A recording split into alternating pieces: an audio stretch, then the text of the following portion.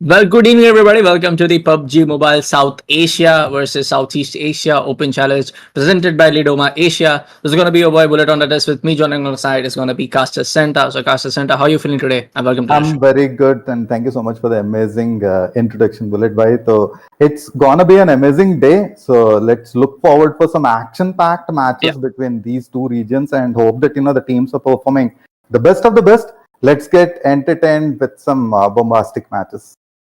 Yeah, definitely. We'll be taking a short look at the overall prize pool coming into this tournament. Yes, there have Yep. been some really good. I would say the structure. I would say the entire tournament structure looks pretty good. Like Southeast Asia region teams fight off against the South Asia. Prize pool is going to be something like this. The total prize pool is going to be $750, where it comes at the second place takes home the side of $300, which comes at the first place, and so it takes home the side of $750, and it's going to be the entire prize pool. The entire prize pool is $1,500. At the number 3 position, you get $200. At number 4 and number 5, you get $100. And whoever becomes the MVP of this entire tournament is going to get $50. 1,500 USD of prize pool split across these slots as well as the hashtag positions, and particularly MVP getting 50 USD, pretty good opportunity and chance for the primary fraggers in the team, the main assaulters or the MVP player performing the best of the best. So let's look forward who's gonna back these prize pools. We have a couple of teams who are looking very prominent, and they have a very good chance of taking away the first, second, or the third positions. I don't want to take certain names and be partial about them, but looking the manner with which they have played so far, it's definitely gonna be a huge advantage. Particularly, I would like to take the name of STALWART Esports, who have performed excellently in Miramar in the previous matches. Then we have DRS Gaming, ASL, BC, MABETEX Esports, A1NB. Then we have DEADEYES, NB Esports, T2K Esports, Leo, IHC, For Miracle performing awesomely, Bullet Bro. Then we have Agon, AI8, Roy Esports, 7th Element, CMFxGSM, and VENOM DA. Particularly, whenever I saw that CMFgSM versus 4 Miracles, both these teams had a neck-to-neck competition, and they were like competing in such a manner that they have become bloodhounds in the game. And as soon as they noticed the opponent and right in front of them, the aggressiveness which they played was deadly. Yeah, definitely. Also talking about the side of T2K, where they were able to secure some good elimination points, some good kill points to be spread out in a very normal pattern. But there you go, folks. It's gonna be the map of Erangel. The first game itself is gonna be top. I would say in the total we're gonna see top best of 5 maps in which you're gonna see Miramar, Erangel, and then also in the last we're gonna see Sanhok as well. But for now, folks, yes, the first circle has already been appeared. The plane path has been over for now. And we can see some of the teams taking a drop toward the side of military base. We can see the side of T2K going toward the side of shooting range. We can also see some teams dropping toward the side of Napoliana. So yeah, distribution seems pretty well. But there are going to be, if you talk about the first center on how the teams are looking apart, yes, there are a lot of teams who have taken a drop towards the right-hand side of the map, on the sides of Mansion, toward the side of Milta. A lot of teams are over there. Also, look at the cluster that has formed over school and school apartments. There are exactly 4 teams who might be competing for the locations. Now, whichever player has the initial advantage and lands those crucial blows onto the opponent, gets that initial knock, may have an advantage to go for a team wipe. Now, let's see if the same would happen. Also, taking a look at the circle, which is covering Zarki, Stalber, the outer regions of the school apartments, and on the other side, we have Gatka Hospital, Georgipur. So if at all the fight can visit, but here we go, the first fight happening at Milta region, Milta Power, the 1v2 kind of scenario, that was a deadly damage surrounding him from the other part as well. Good amount of support from the teammate, but currently, Bullet Boy, I have noticed that, it's kind of a meta of shotguns, which going with S12K, DPS, there have been some fantastic plays. So VENOM DE as of now taking total shots down the lane, but they have missed out to notice that, one of the player from IHC, Alex, is in place. That's a fight with DP and S12K. Meanwhile, reaching in. Let's see if they can take, but no, denying the opportunity. Thanks to the level 2 helmet that has absorbed a lot of damage. Now, Tommy and while Rambo is trying to take control, no, totally eliminating. That's the first elimination of the game, Bullet. IHC going out pretty early. Definitely didn't expect that to happen. Looks But coming sad. in from side of Venom D, definitely they're one of the teams to watch out for. I'm gonna talk about the shotgun. I feel like yes, in short range, any kind of weapon can be used apart. But for now, that guy had a shotgun Yep. beforehand. That guy had a SMG beforehand. So they gotta use what they have in their inventory. For now, a good nade being tossed about. What is out of upgrade. But for now, we get some good pre-fire going on the same place, same angle. Aegon X18. Go talking about the side effect. Blade takes a lot of damage, almost surviving on 30% HP. He's gonna back off. I don't see any of his teammates over here. And it also seems like Tokusaurus has also eliminated one of the guys from the side of Eggy. So definitely it's gonna be a little bit of problem if he tries to get eliminated. But no, as you see the 7 eliminate team, just charging his way all the way towards the last guy and the second guy, of course, Yep. and they eliminated him pretty early and as quick as possible. Of course, this was I would say the same scenario on the previous day as well when I was on here at the caster's desk, joining alongside with me or one of my good co-casters in the community. I do feel that. So when we are talking about this, split kind of like play, I do feel like yes, these Southeast Asia teams, South Asian teams likes to play it that manner that two of the guys will be jumping across some other POI, two of the teams will be jumping across some other location. So sometimes not these kind of strategies do work out, but sometimes not. You see two of the guys go off early, get eliminated at the very early stage of the map. So this is something that you gotta focus on if you wanna play on a split. Play it in a very smart way. If you don't wanna play on a split, grouping up is not a very I would say no, not a it's not something like that you can't group up and play. Of course it's a BR game. PUBG game is going to be a BR game. You gotta group up, you gotta play same as a unit, you gotta keep the distances pretty equal, pretty straightforward. If you don't do that, you're gonna get eliminated, you're gonna get caught off by some other opponent guys. See, somewhere down the lane, the same happened, but Gangster being totally annihilated. That's the first loss for ASLDC. Seventh element, totally aggressive. Now they also have to make sure that inside the compound, the other player is already peeking at them. At any juncture, we may expect a lovely M-focus spray. Now it's gonna be a laser kind of. Then seventh element may lose couple of the players. Doesn't look like ASLDC is gonna attack from the compound. Yeah. They have concealed their positions behind the broken wall and also on the second floor. On the other corner, I see that Raw Esports totally concentrating on their equipment. Now they are looting nearby the Water City. As far as I remember, if the loot doesn't spawn properly in this particular area, it is not going to be good. But the players have definitely managed to get some level 3 equipment and a good amount of weapons as well. Seems like they are finding those tact equipment attachments so that they can go for the mid to long combat. NB Esports on the other corner, they may become an obstacle as soon as the team gets out of Water City. They have to get into this ambush. So the same kind of formation from MB Esports as well. Players are slightly split up. Now they have to make sure that they are not getting too far away. Otherwise, it would be the same kind of scenario which happened between 7th Element and ASLDC, as Bullet has rightly mentioned. But currently, they are on the outskirts of the school apartments. Now, looking nearby Yasnaya Polyana, we have A1 NB approaching from the other corner. Now, they do not have any opposition team, but on the way, we may expect an ambush onto their lineup as well. They have secured the vehicles. Now, we also have to remember that the first circle was covering from one corner, we have Zaki, on the other side, we have Katka. So, if at all the circle converges nearby Zaki and moves towards the Georgiable kind of regions, whichever teams are converging at these areas, we may have to get into this ambush. We have seen teams forming up nearby Severny, the outskirts of Severny. On the other side, the bridge nearby the ruins and the Water City is already conquered. So, couple of pretty good fights.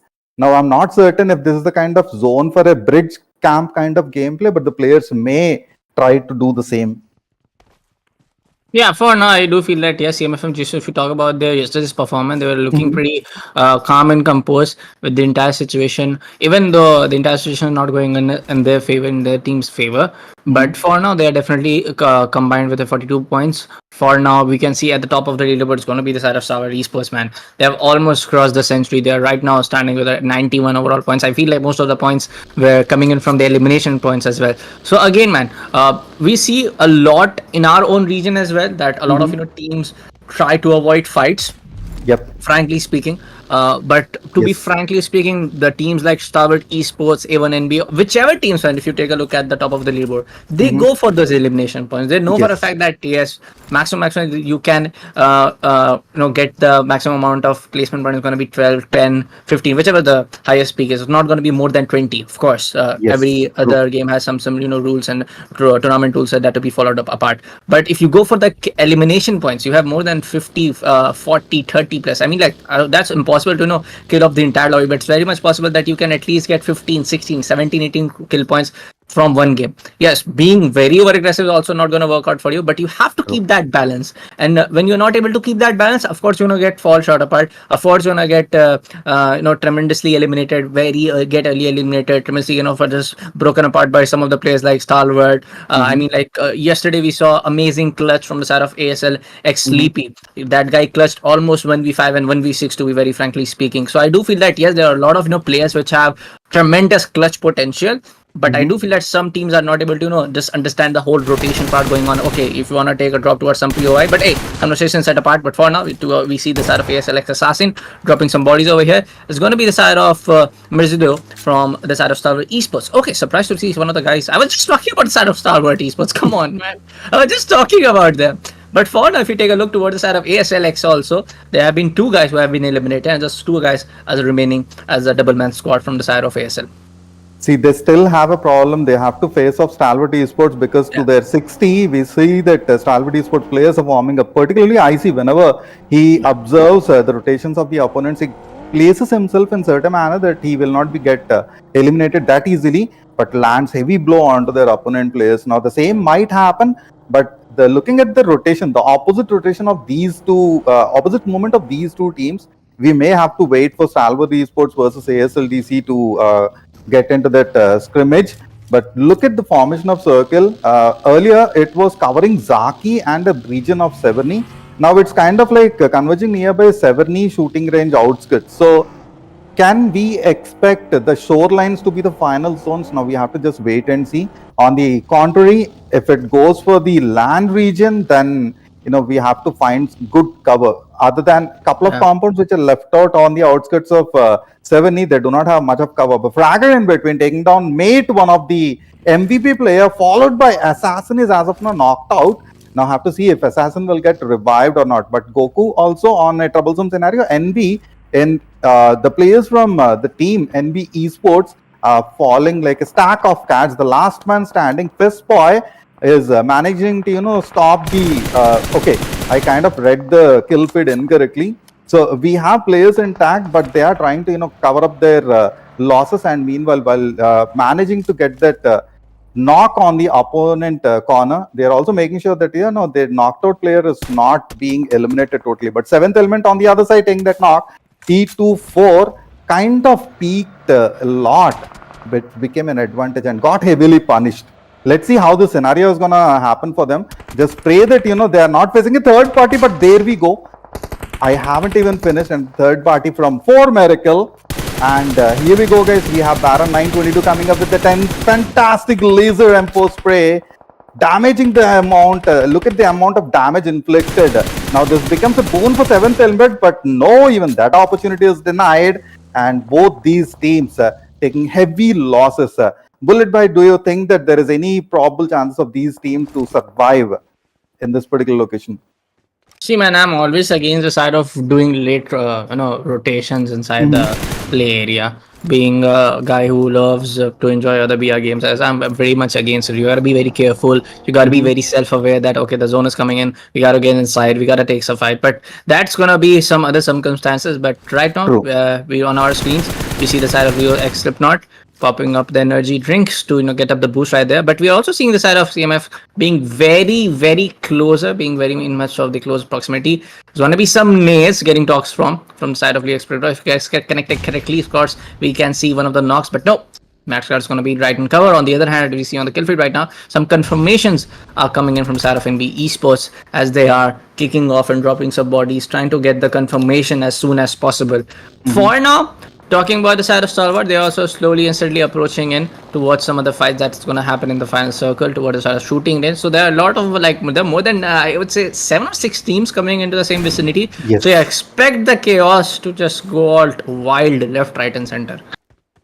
True. Already 4 Miracle had a bit of losses, but they tried to cover themselves. Even Stalwart Esports was in a certain scenario where they cannot come out of it. But meanwhile, look at the fight between CMFgSM. They managed to get to that spot. They already lost their fragger. They are covered from both the angles. They do not have the opportunity to leave the crashed out airplane. If they leave the cover, immediately they will get into an ambush. They're already in an ambush. From one corner, they are being fragged out by Leo Esports and Liquid. As far as I know, these grenades will not. He threw to the other corner just to flush out the players. Looks like he was trying to find that corner. Meanwhile, the counter rotation from Memo. Now, let's see if these two players will be able to provide that required cover to the other corner. But in between, Liquid was totally exposed and Leo Liquid being taken down. Now, Slipknot is performing the best way he could to cover with the smokes. It's not gonna happen, and CMFgSM most likely will take over the kill. Nova on the other hand, while waiting for the revive, and look at the spray.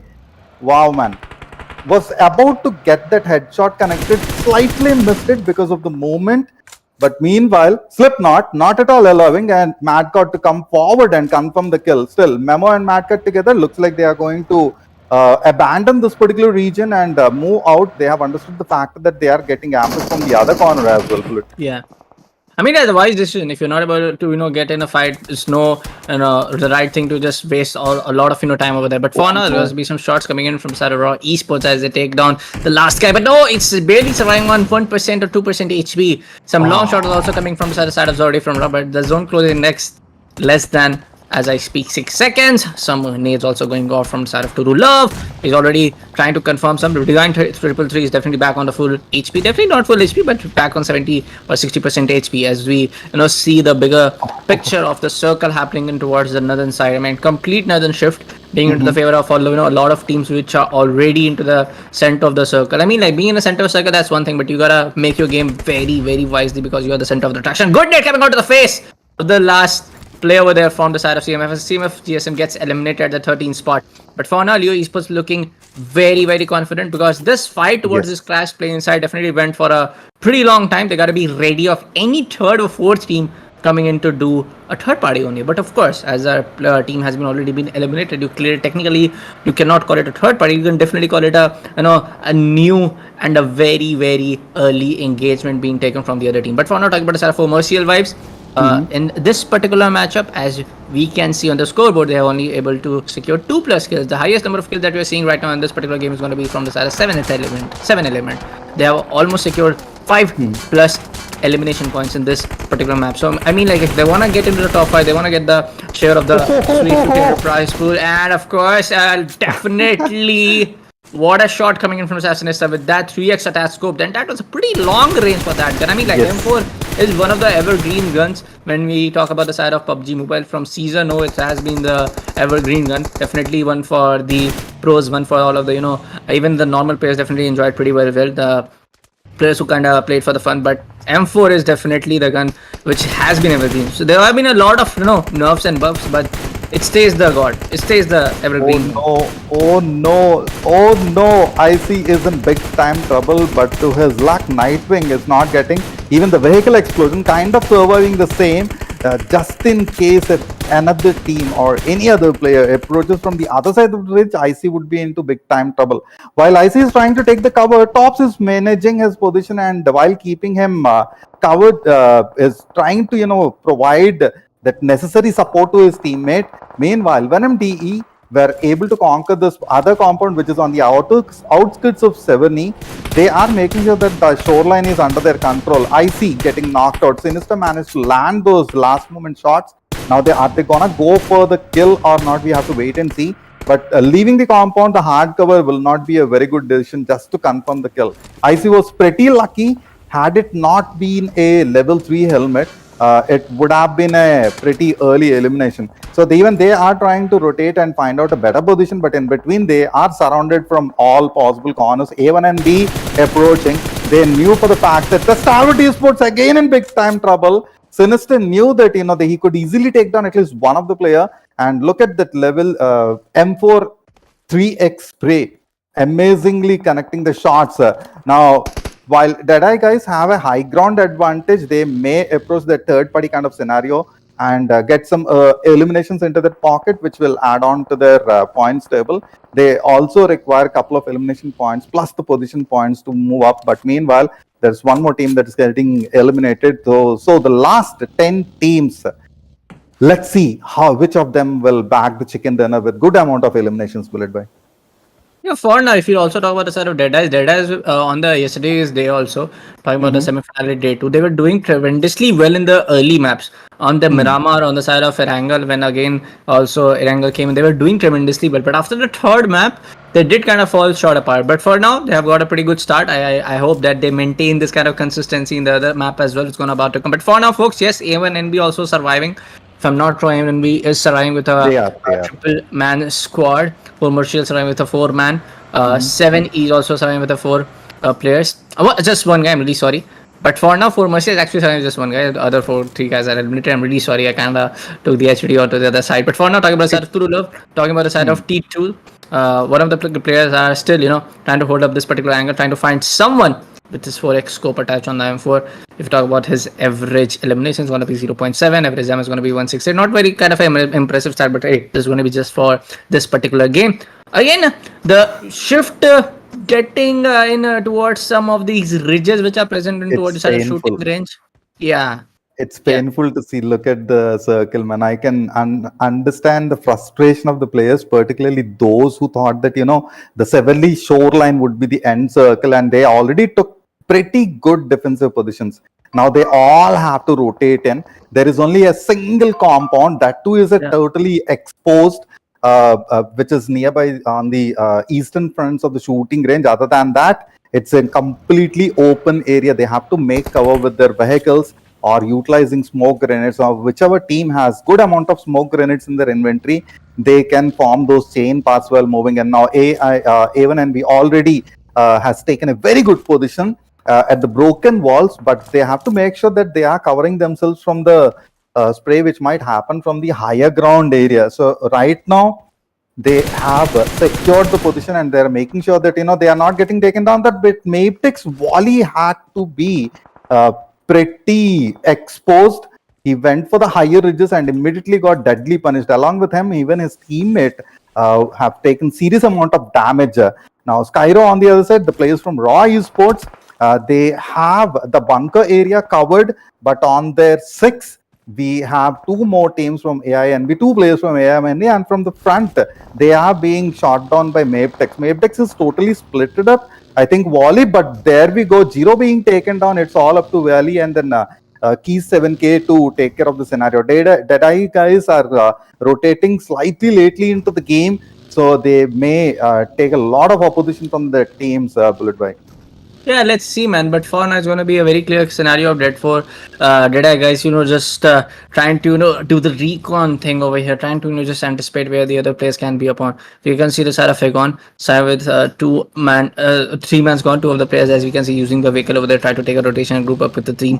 But for now, we can see, a lot of teams trying to take up the high tier advantage. But hey, a good shot coming in from the side of T2K as they eliminate the side of MABETEX Esports. But again, man, coming up to the same fact, a lot of teams will try to take the height advantage. A lot of teams will try to time some advantage. But a good claws got a comeback, and of course, the submachine gonna do wonders. But for now, he's trying to play around with little hide and seek going on between these 2 players. But for now, IQ is gonna be in a lot of trouble. He's trying to find one. He's trying to go for a reload, but his ground reach is gonna be just right there. He's going for a prone. He's surviving barely on 2 or 20. You can call it 12% in the middle. But hey, and it comes in, and there you go.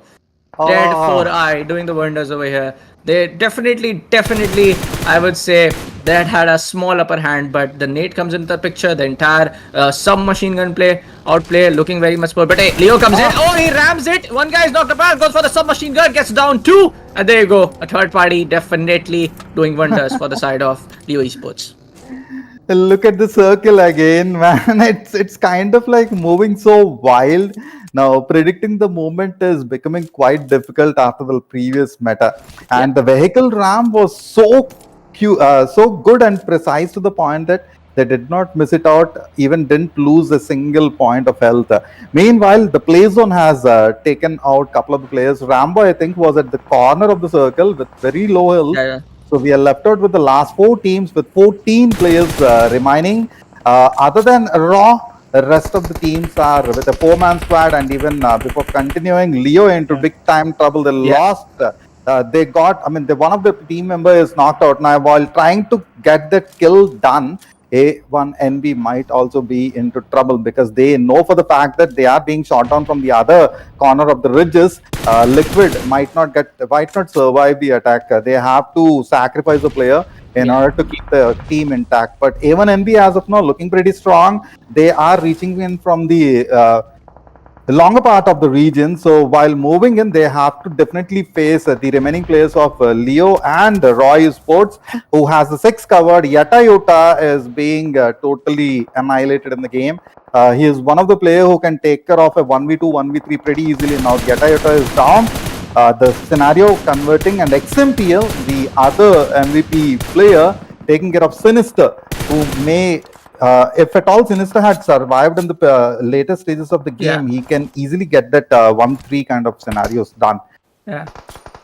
But for now, Leo's still trying to do the wonders. But AMNB Esports with a small man advantage definitely can take out the side of T2K. Gonna get 4v3 scenario against them as one of the guy charges from the side. Leo Esports going for a shotgun. What is this range? Somebody nerf this, man. Somebody has to raid, but for now he's gotta go for a reload onto his primary weapon. But there you go, DBS for you, man, in PUBG Mobile. But there you go. Now I'm gonna start fighting Esports. They are still trying to roam around, trying to play it kind of wisely. I did appreciate the fact that you're trying to use vehicles. You are definitely falling short. But talking about the side of Leo Esports, definitely now looking very much confident, as Avon is just starting with just one single guy. Royce Esports is also starting with just 2 single guys. So definitely they can do wonders with the man advantage coming into the play. Turulov is definitely, man, one of the guys to look out for.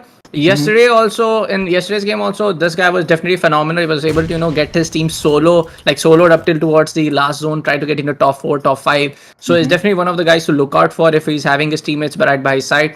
Talking about the side of Sky from now, he's definitely using this particular green push to be his cover, but I don't think so that's gonna be any longer that he's gonna get eliminated and get spotted from someone else. But for now, a double nade coming into the picture.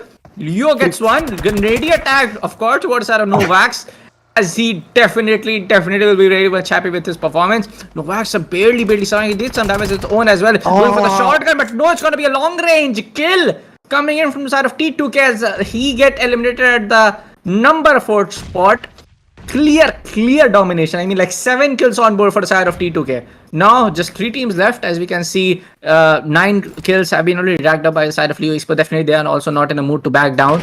But for now, all Sky from Raw, as we can, spectate him, all he has to do is just play to kind of sneaky, steady ninja gameplay, we used to call it. Absolutely. See, it's a 1v1v4 kind of scenario. T2K, while trying to ram down the player with the vehicle, but Sky coming up with that fantastic knock, immediately being taken down. That was painful to watch. It's an easy win for T2K. They already know the position of Nova X. They have completely suppressed the player. As soon as Nova is trying to get out of the location, his level 3 helmet is gone out of the picture. Even the level 2 helmet hardly having any more of health left out.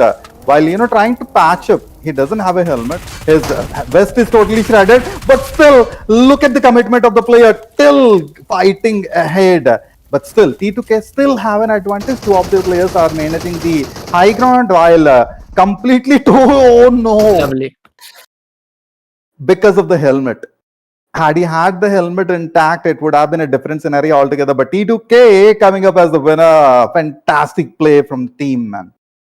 Of course, man. I mean, I definitely T2K was definitely one of the teams which were performing pretty well in the yesterday's matchup also. I mean, like they were doing dropping bodies left, right, and center in the yesterday's previous games as well. They were doing the same thing at map number 1. They were doing the same number at map number 2. This the one thing I'm trying to point out is that they have to maintain the consistency. They have to like maintain the same kind of level of gameplay which are able to do in map number 1 up till towards the map number 5, because there's gonna be up till is gonna be go towards the side of map number 4, map number 5. They have to maintain that consistency of getting these skills at least. Of course, winner second is not going to be possible in every map, but at least you can get the same amount of elimination to keep your overall rankings right in the place. Agreed with you totally. Now, the match, the manner with which it has finished, I kind of had an impression looking at the rotations that it might be like a total gameplay of the 4 teams with all 4 men intact. But T2K eliminating one after the other while managing their crucial positions and coming up with that win, phenomenal to watch. Kudos to the team and the players from Leo. They have managed, they tried their best of the best. Just that, they got into such a kind of scenario, compromise kind of scenario from where they could not move out. And the shed, the final moment, again, I would stress on the point that had the player had the helmet intact, it would have been definitely a different kind of gameplay. He managed to get that he managed to take down 2 of the players, and prior to that, single-handedly he eliminated an entire team. So it could have been a different ending altogether. Let's take a look at the match rankings so far. Look at T2K, 10 eliminations, chicken dinner, easy peasy, 20 points. They have played the best of the best. Particularly when the circle rotations happened, many of the teams have taken the positions nearby the bridges and at those crucial points wherein they get easily ambushed. But T2K avoided all those areas and they moved themselves from the outer regions. Followed by Leo at #2 with 6 position points and 10 eliminations at the same 16. So had they been the chicken dinner, it would have been a different 26 points they might have received. Let's talk about A1NB at #3. They had a very good chance of going beyond, but at the same point of time, they got totally annihilated from 2 different teams targeting onto them. So with 4 position points, 7 eliminations, a total of 11 points for them. Then we have VENOM with 7 points in total, Raw with 6, I8 with 6, 7th Element with 5, Stalwart with 5, looking sad. I mean, I felt a bit sad that 7th Element got eliminated. Though it was #7, I kind of felt like they got eliminated pretty early. So 5 points in total. Then we have Stalwart Esports as well, 5 points, followed by DE with 4 and the rest of the team.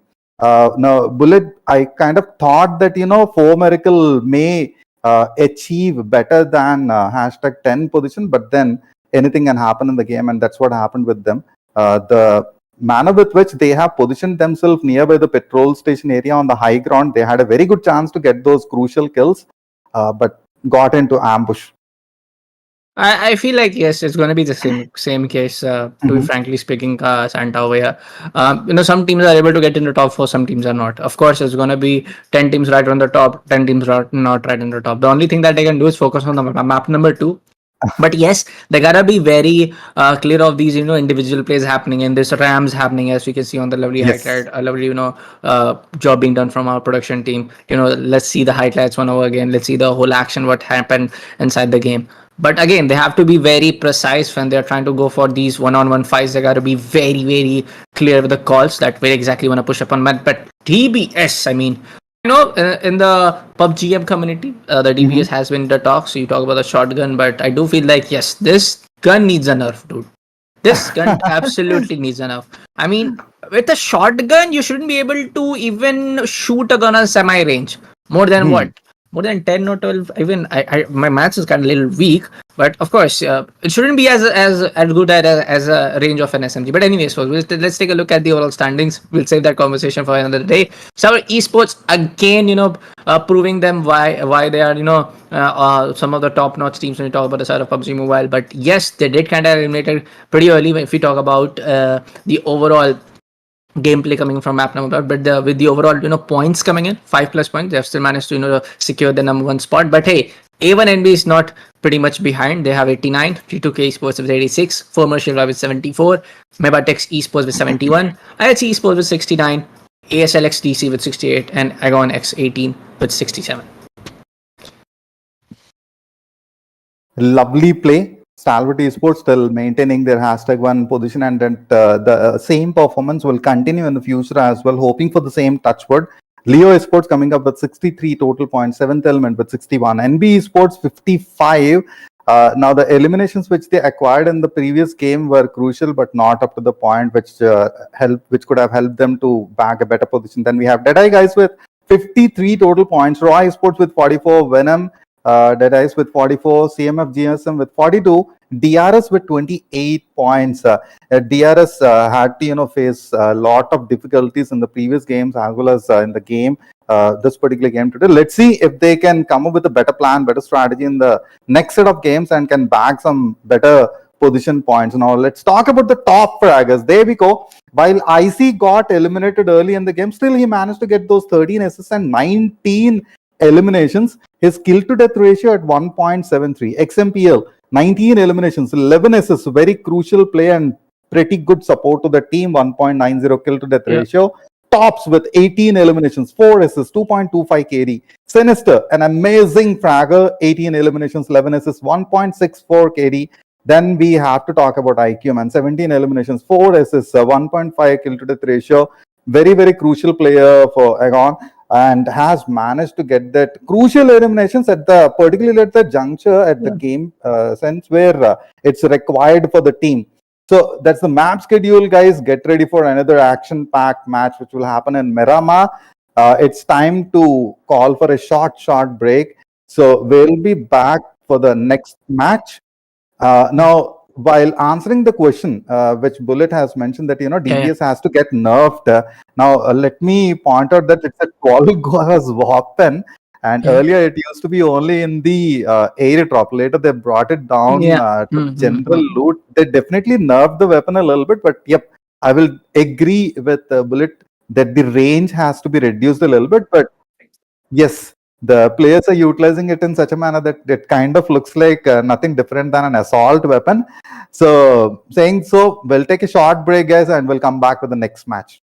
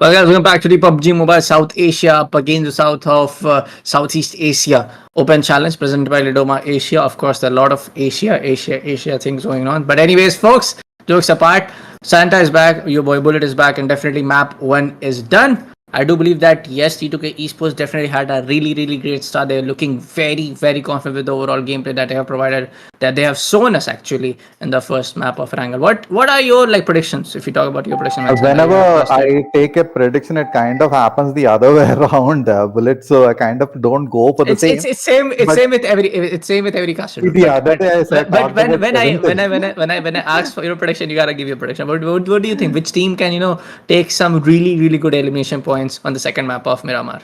I would kind of go for Seventh Element or IHC. These are two teams which I have been looking forward right from the day this competition has started. If not these two, I would definitely root for STALWART Esports. They have been performing amazingly and pretty consistently throughout the game. So they have pretty good lineup, and yep, those are the things.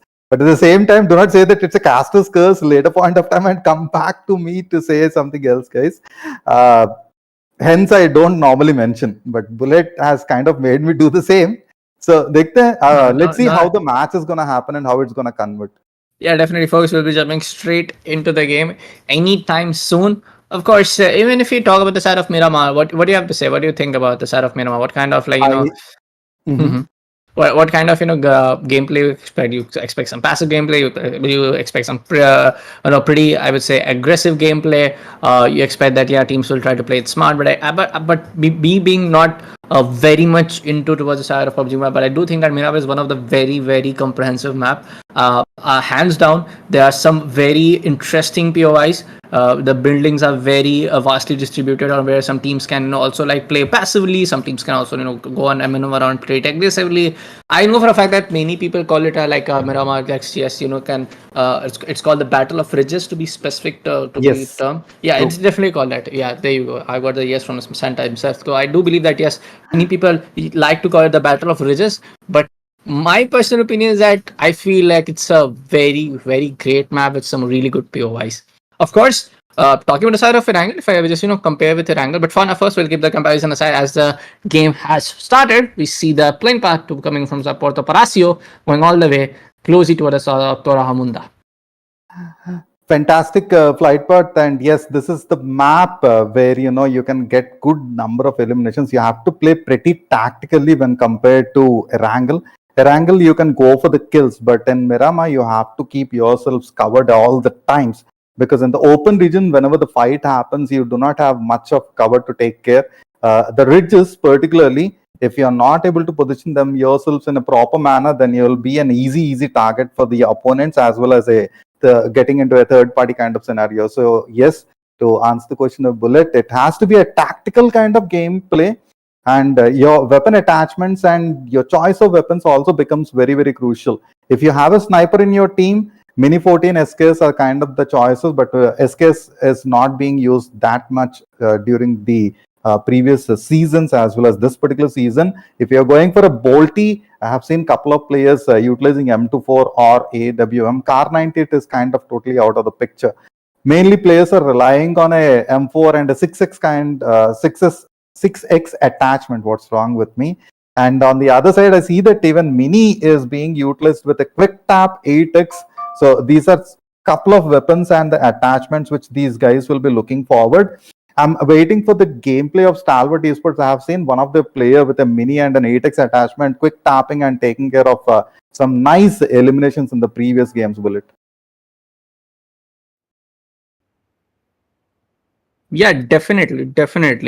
Completely agree with your point. I do also feel that when we talking about the side of Miramar, I also do feel that when we talk about the side of Miramar, there are some teams who when talk about the side of tactical gameplay, the inner tactical gamer inside me kind of arises to say all of the tactical stuff that goes on in a game like this. But for now, there are a lot of long range gunfights coming into the picture. There are definitely a lot of, I would say, teams who are trying to engage in a long range gunfight. We see the side of ASL getting punished from the side of Mercials. So definitely Another ever chance kind of going out of the hands from the side of ASL, because ASL did got eliminated pretty early on the previous map as well, if I'm not wrong. So I do believe that yes, from the third map they gotta be really careful, they gotta be very cautious of how they wanna play out their entire game. But for now, talking about the side of Raw Esports, still they are trying to going for those looting part. There's some players who's trying to just lurk in the swimming area for now, trying to swim around. But for now, talking about the side of ASLXDC, they haven't been completely eliminated. I'm extremely sorry. Or two of the guys, or one of the guys have been knocked apart. There's going to be the side of ALX Assassin, but not the right way to do. I mean, like their last game didn't go as planned, so they gotta be really careful on how they wanna approach the second game for the day. So it's only 2 more players left out in the team, so I don't think they will go for any other aggressive kind of fights. They will try to lurk around. They will try to loot as much as possible, keep themselves towards the outer parts of the circles, and at the later stages during the final circles, that's when they will get engaged into a fights. Meanwhile, we have Agona 8, and on the other corner to them, they are being approached by 2 different teams. Now let's see how this 2 teams are going to fight along with each other, and the other rich fight is happening. Particularly as soon as I saw that Sleepy has been taken out of the fight along with Assassin, it kind of felt a little bad for the team. They are slightly crucial. I'm not saying the remaining 2 who have survived the fight are not so great, but at the same time, we know for the fact that Assassin and Sleepy can perform some amazing clutches. Deadeye's on the other corner. Shifu sir has nice at I think it's S12K and M4. Quite surprised to see that S12K is also has become a preferable weapon in the recent times. Now I know for the fact that DBS and UMP45 has been the choice of weapons for many teams. I remember one of the clutch from the players. Still can't forget the eliminations performed since then. S12K kind of also become a favorite weapon of the teams. Now how to see how STALWART Esports has positioned themselves and what kind of loot they have. As of now, Miramar definitely requires a level 3 helmet and a level 3 vest. So players are trying to acquire those, getting those utilities as well becomes important for the later stages of the game. There we go, one of the player. We have XMPL with an okay, so he went for mini 8x and a suppressor. That's quite sneaky kind of gameplay we may expect from XMPL. Also look, okay, this is surprising for me, Bullet Bro, because see, one of the player has a mini and the other one has an M24. So they are getting ready for a long range kind of gameplay. And if I understand their strategy, they will send their assaulters to take care of to initiate the fight. And XMPL as well as the other player with an M24, they may provide a long range support. So if the same strategy is being applied in the game, we can definitely expect some long range headshots from the team.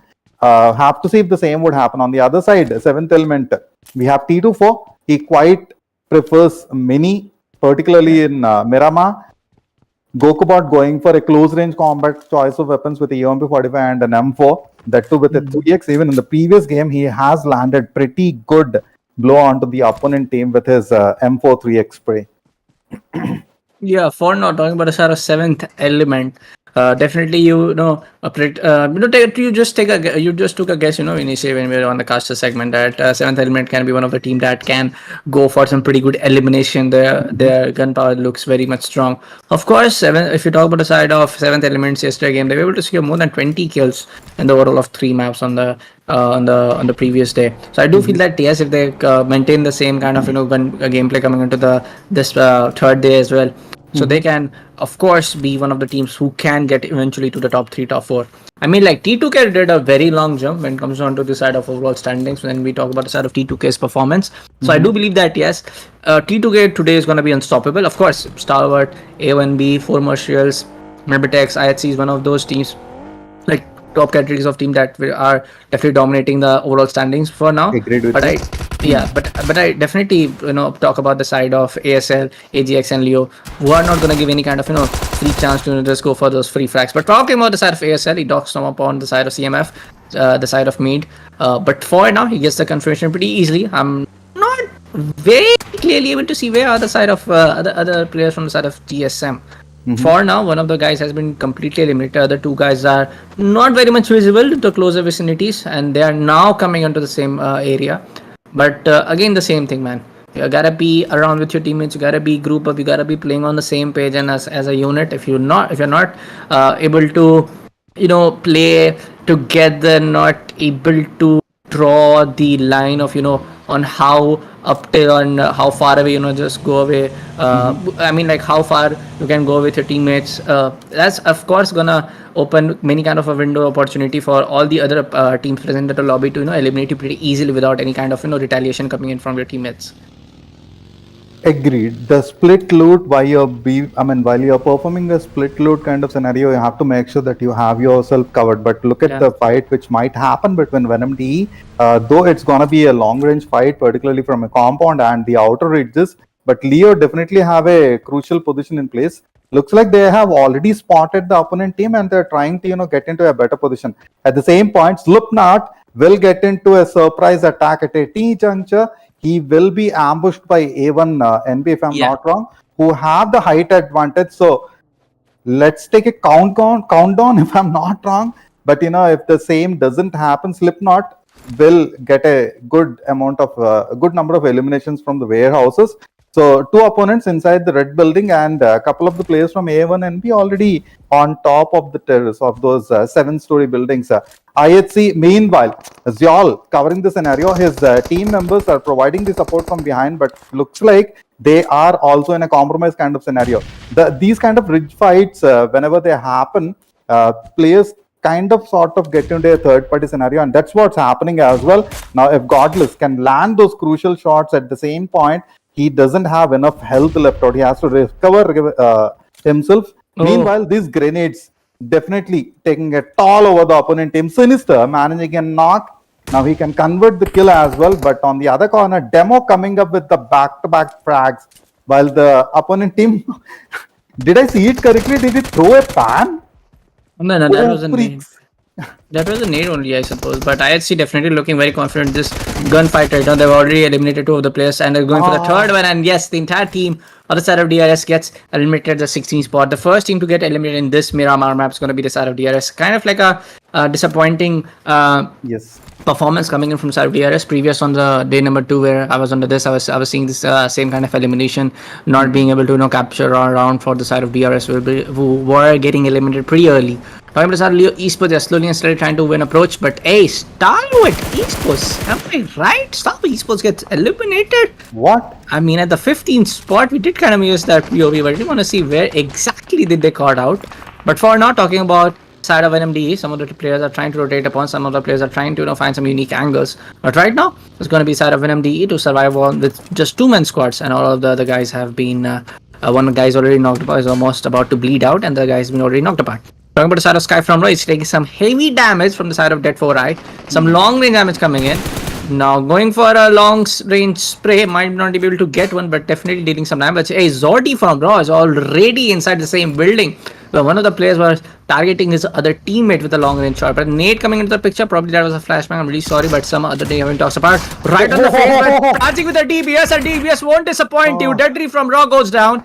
And of course, it was a solo push coming in without the backup coming in from the teammate, and now they're in great trouble. And the other 2 guys are charging in from the side towards the player Praveen from Raw, and of course Sky from Raw is going to be a lone player. Venom.ex is going to be side of Venom really to get knocked apart from the side of SC, one of the guys, and Rambo is still alive. I mean, like a lot of teams are taking unusual pushes. A lot of teams are taking some very, I would say, unfortunate decisions, and they are getting knocked apart by their opponent teams.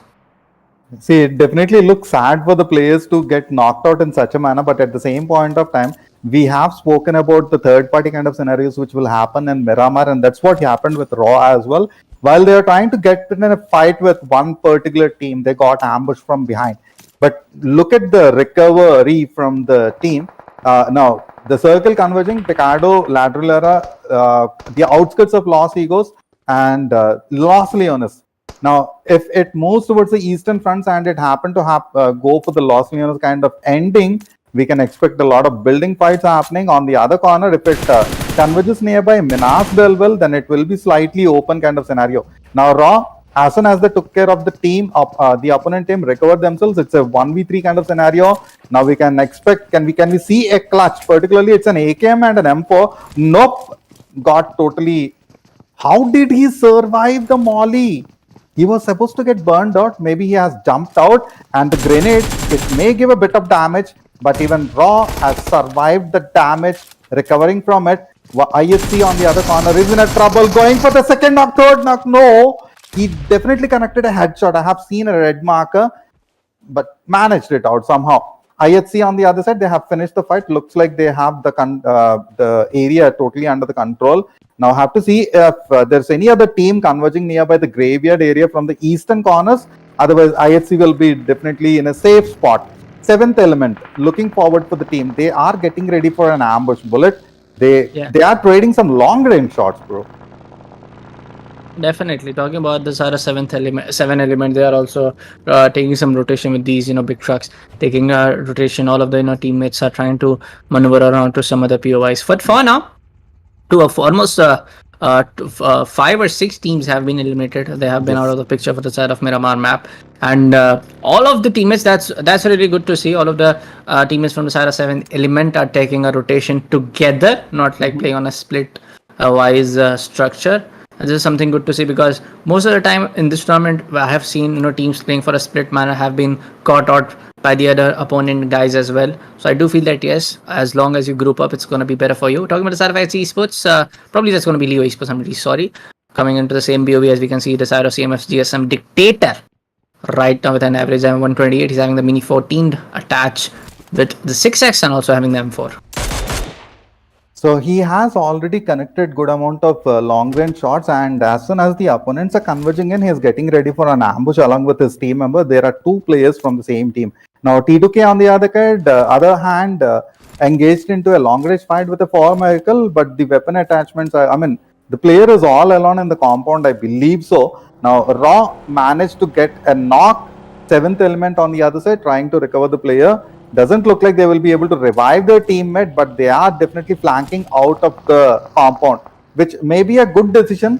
And look at the Tram Gokubot being taken down by Praveen, a fantastic player from the lineup of Raw Esports. 7th element will definitely try to get that revenge kind of momentum happening. If they go for the same, they will get exposed and the team may be into big time trouble. Raw Esports on the other side, they also lost one of their player. Now look at the circle, it's slightly favoring the Los Leones. It has definitely moved towards the eastern front, but not covering a lot of Los Leones area. And the outer perimeter, the buildings, we have 2 teams already positioned themselves on the top terraces. And other than that, it's a completely open area. So players will not find a lot of cover. It will be a totally ridges kind of fights. And between 7th element got into big time trouble. They have managed to defend the position, but the position is still compromised. At any juncture, Raw Esports will slam in, will take care of the knocks, but they are not directly going for a slam, I believe so. Most likely they should stop to the other compound, but no, they have directly formed up nearby the red building. Meanwhile, 7th element has recovered a couple of their players. Let's see how this ambush is going to happen. While trying to cook the nade, I think he wanted to fluke the opponent player, bluff the opponent player. It's gonna stop them in the tracks. I think they have managed to get a knock from Raw. So while one of the team is cooking up the nade, the other guy from the balcony or from the windows have managed to take down. I think it's Prabeen who has been knocked out. Let's see if they will be able to recover the scenario bullet. Well, let's see, man. I mean, like 7 element is definitely going very much confident into this particular fight. Tossing nades, tossing smokes left, right, and center is gonna definitely provide that kind of an ordnance to them. Tossing these ordnance definitely provides some kind of advantage to them. But for now, they're not taking any charge towards the players who are holding the second floor, and that's a good decision.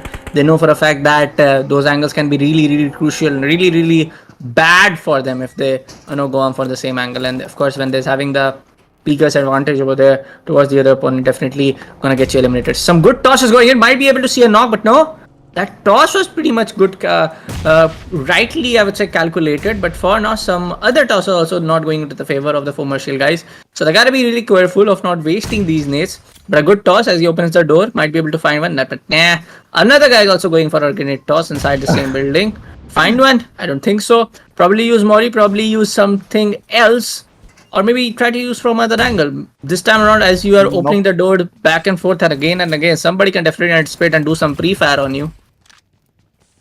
See, their thought process is to flush out the opponent players, but at the same time, they are trying to bounce the grenades utilizing the wall. The angle of approach is not accurate enough. This nade will definitely, that's a smoke grenade. So concealing the position themselves. Meanwhile, Divine has been shot down, so it's all up to Tokosaurus is getting surrounded. T24 from the other corner, converging in, pretty very low on health, and that's the elimination of 7th element. For Miracle guys, they have slowly, steadily approached. They had a calculated attack plan in mind, I believe. So on the other side, T24 engaged with the attack with Raw. Prabeen has already managed to land pretty good shots. Now, earlier they were in a fight with long range fight with 7th element, and meanwhile, while 7th element has flanked out, Raw engaged with T2K. So the elimination of 7th element definitely made me feel a little bad, but that's the game. And there can be another third party kind of scenario which may occur onto the church from 4 Miracle. As soon as they replenish the supplies, 4 Miracle will also converge into the same position, and this church is gonna be into a big time chaotic scenario. Look at the grenade and the damage, man, followed by the spray with a Scarl. Lovely play. In the previous game, Bullet, you have mentioned about True Love, about the player, and again performing in the best way possible. Fantastic grenade connected. Prabeen so low on health. If this grenade also gets connected at the right juncture, it will be a team wipe. Nope, Prabeen is behind the cover. He has secured a very good position on the upstairs of the stairs. I was about to say he was throw a grenade, but that's a stun, and that doesn't have any more impact. The second stun blinded him. It is the moment. Prabeen under big time trouble. Managed that headshot. Took almost down the player, man. Look at the damage, Bullet. Almost it could have been a 1v2 if it would have been stunned upon. But for now, I do feel that yes, talking about the side of True Love and KXMPL, they definitely did a pretty good job. Also especially talking about the side of True Love.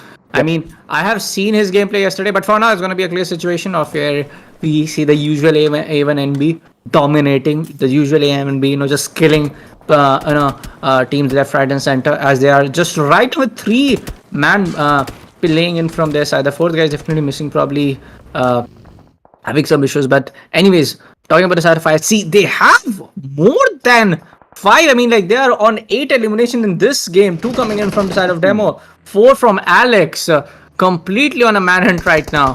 But for now, talking about the side of NB Esports, yes, they have just managed to get 2 kills. They spot 1 taking rotation towards the side of A kill, and a car, so definitely is gonna get spotted, definitely gonna get knocked apart. EX Sinister trying to take on the side of Leo, just having a very small cover. Definitely not gonna happen. Takes out the mini 14, goes for a damage. Slipknot gets knocked apart. Sek also get a damage towards the side of Nova X. Gonna be a clear situation of a 4v1, if I'm not wrong. And yes, it's gonna be the last guy. Probably takes the damage, and there you go. Liquid goes down, and Leo gets eliminated at the 8th spot.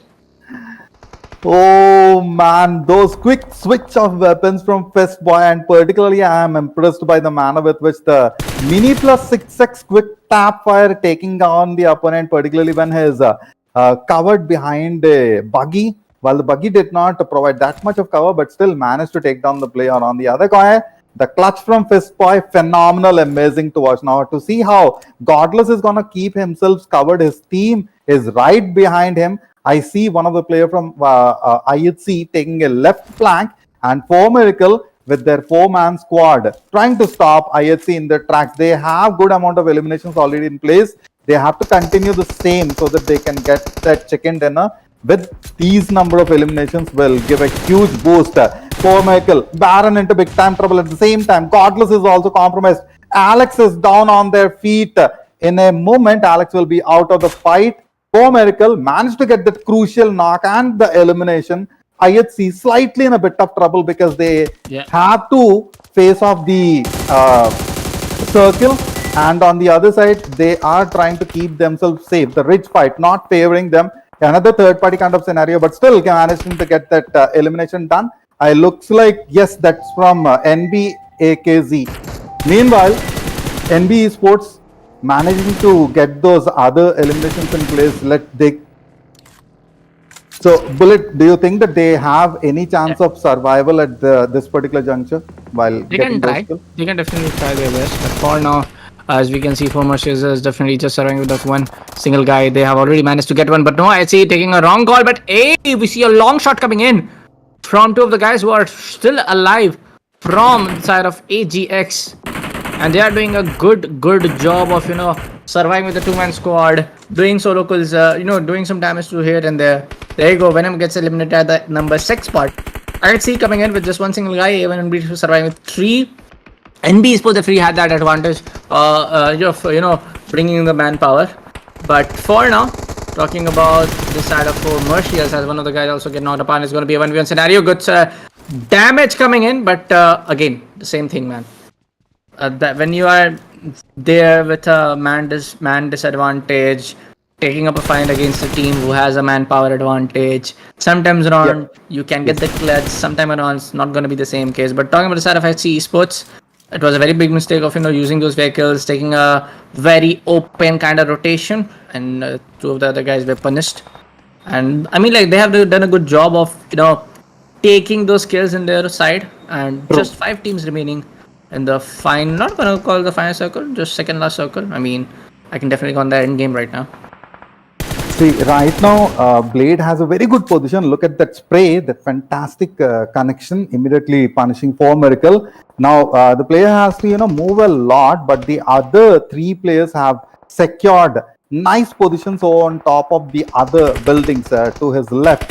While AINB is completely compromised, they have hard cover, but they are on the lower ground.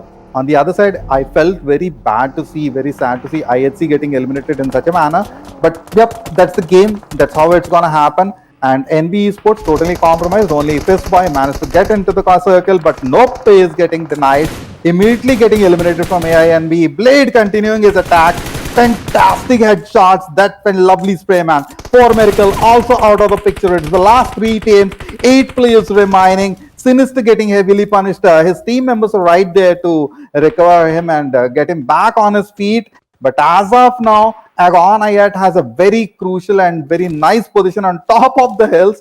They have 2 of their players on the lower ground just to make sure that if anyone is getting out of those warehouses and the red buildings, these 2 guys will be able to take him out. But Zol denying them the opportunity. Agon Ayat lost one of their teammates. Their position is slightly compromised, but Zeol doesn't have any opportunity of climbing these hilltops. At the same point, even the other team, A1NB, even they will not have any chance of climbing on top of the hill. Just in case if the circle favors them, they will have a bit of advantage. Otherwise, it's the game for I8. I mean, like, yes, Joel can. Talking about the side of Joel, is one of the very key players when it comes on to the roster of IHC. Definitely had the chance, but you cannot doubt about the fact that A1 and B were able to, get 2 winner and a chicken dinner on the day number 2. I do believe that, if I'm not wrong. But yes, AGX also can do the job pretty well, but the smokes are being tossed apart, block all of the line of sights. So many smokes are there, more than 5 or 6 smokes being linked upon, as we can see from the observer's perspective. But right now, all of the other guys from the side of AM and B Esports are trying to take some cover. As you can see, some of the players are trying to take up the fight towards the player who is trying to take some cover towards the part of the ridge. And yes, it's going to be the side double-8 blade. Tossing some mollies, tossing some nades over there. I see can definitely, this guy can do a pretty good damage of playing on a, doing some kind of a third party. Not with the entire team, but doing a single-handedly. Zor gets one, the nade gets connected beautifully, and it's going to be another confirmation probably towards the side of Nightwing, but no, he gets shot apart, surviving 140 HP. Blade will be able to do the job as he's having 4 more, I would say, smokes. He definitely had the last molly over there. No more damage ordinances left for his side. So I mean, like, 3 of the guys are still surviving from the side of AGX18. Definitely, they are winning this winner chicken. Definitely winning this map, no doubt about it. See, Agonix I8 has a high ground advantage, and looking at the manner which they have annihilated A1NB was very, very sad to see. Zyol on the other side was supposed to get those kills done onto those elimination points under his name, but it's been taken down by Falak. So A1NB totally compromised. They have to get out of that building, and immediately Zyol connecting those. Did he switch? Yes, switch to a shotgun and on a rampage mode, man. Zyol is totally getting into that unstoppable mode. He knows for the fact that the team will have to jump down immediately. I8 getting heavily punished. I8C into trouble. Zyol being taken down. But nope, he is not at all allowing the other players to take him out of the fight. Still continuing the rampage onto the lineup. Just one more shot onto Nightwing and he should have taken him out of the picture. Do not have any more meds in his pocket. He is going for this. Looks like, oh, freaks, man. Had it not been the scenario that his weapon was under load, so he had to go for the pan. Kind of like a funny gameplay, which was towards the end, but at the same point, Zyol, fantastic gameplay, dude. Amazingly executed attacks. I mean, like, yes, when we are falling short in the manpower advantage, you're not able to, get some any kind of support in the final circle. All you can do is just play your 100%, give up your 100%, and he definitely did that. Around when we spectated Zyol before, he was having a total of 4 or 6 kills. After that, he managed to get 4 or 3 more. So almost 12 or 13 eliminations coming in for Sarah IHC. Definitely gonna help them a lot to get into the top of the leaderboard. So we'll see the same in the scoreboard as soon as it is populated. Also, we'll take a look at the highlights. But the match was amazing as expected. Miramar, many chaotic scenarios which occurred throughout the play. The ridge fights were so superbly executed. But I'm impressed by the manner of which a couple of teams have performed. While watching the highlights, I will definitely take the names as well as the play. But yep, the SKYLIGHTZ, Zyol. Actually, I cannot forget this play towards the end. Had it not been a reload scenario, it looks like his weapon slightly glitched. He should have received couple more eliminations under his name. But yep, because of the height advantage, and also he was totally surrounded from both the corners. Had he I mean, being a solo guy, you can't really do much, to be frankly speaking, when it comes on to PUBG Mobile. Of course, when you have all of those mollies coming into the picture, of course, you have some certain circumstances where you can definitely get more than 4 or 5 kills completely clutch out both teams. And that did happen yesterday from the side of coming in from the side of SleepyX, from the side of ASL X18. So I do believe that there are some certain scenarios, nothing else. Agreed with you. So he tried his best of the best. That itself is a commendable fight. He did as much as he can, being the last player from his team. STALWART Esports on the other side, while I expected a different kind of gameplay, slightly disappointed by them, but at the same point, they can recover. I think they still have the #1 position. After looking at the scoreboard, we can confirm the same. DRS Gaming, again, did not had any chance in this particular play. They tried, but they couldn't manage. ASLDC on the other side got good number of eliminations along with MABETEX, but even they fell short a lot. A1 NB, fantastically played, like reaching to the #3 position particularly in this kind of circle. And Bullet, if you remember, like early in the stages, I have mentioned that this fight might occur towards the outer perimeter of Los Leones, and the same happened. And whichever team have secured the position on top of the buildings, particularly the terrace top gameplay, became very, very crucial. I was under the impression that Zyol will not have any chance of surviving the later stages, but look at the way PUBG gods have blessed him. Told him that you have to stay there. Okay, we'll continue the talk, but meanwhile, let's take a look at the standings. IHC Esports with 20 total points, 14 eliminations. What a play, man. And then we have A1NB with 17 total points, followed by I8 with 12, 4 Miracle with 11, NB Esports with 10, Raw with 6, T2K with 5, Leo with 4, DE with 3. Then we have VENOM with 2, ASL with 2, 7th Element, kind of disappointed 7th Element, but just 1 point. GSM with GSM, MABETEX, STALWART Esports, DRS, particularly STALWART Esports, watching them get eliminated early in the stages was very, very sad. But yep, that's again, that's how the game would happen. We cannot expect such kind of results in every play. They will definitely come back in the next game and will stand tall. Let's take a look at the highlights. See how Alex approached the fight, slightly forgot the other player, but thankfully his team members has covered him. Raw on the other side managed to get the crucial push done, but later stages they did not expect that they will get flanked by the opponent team. That's where Praveen kind of fell short, and immediately the push, while he got that one knock in place, the other guys couldn't cover. I mean, Seaman, again, there are some circumstances where definitely you cannot win every, kind of a gunfight, especially talking about this play from the side of Praveen. He did try his really, really best. I mean, he was completely suppressed by the side of the flashbang and the sun is coming into his face. So definitely did actually give his 100%. There are certain scenarios, but yes, I have to say this is my I'm not a very much of a experienced guy when it comes to the side of PUBG Mobile, but I have to say the South Asian and the SEA region teams are looking very, very great, especially when it comes down to some of these individual plays, especially when it comes down to side of taking clutches. This is something of a very different level. Absolutely agreed with you. The play was amazing to watch, quite entertaining, and it was a deadly attack which happened. A1NB with that 3 chicken dinners, 56 eliminations, and total of 106 points. Huge advantage, followed by STALWART Esports, just because they gotten into an early elimination in this particular game. Otherwise, they could have retained their #1 position. So with 96 total points. Yes, Bullet. Yeah, I was just saying, like, STALWART Esports, they got pretty eliminated early. Talking about the side of T2K also, yes, they are still trying to fight back, as only the 2 teams which have the maximum number of winner chicken dinner is going to be the number 1 team, the side of A1NB, and the team of T2K Esports. Agreed. So Leo Esports 67 total points, NB Esports 65, 7th Element 62. I still expect some more fantastic play from 7th Element and to climb up the table, climb up the points table.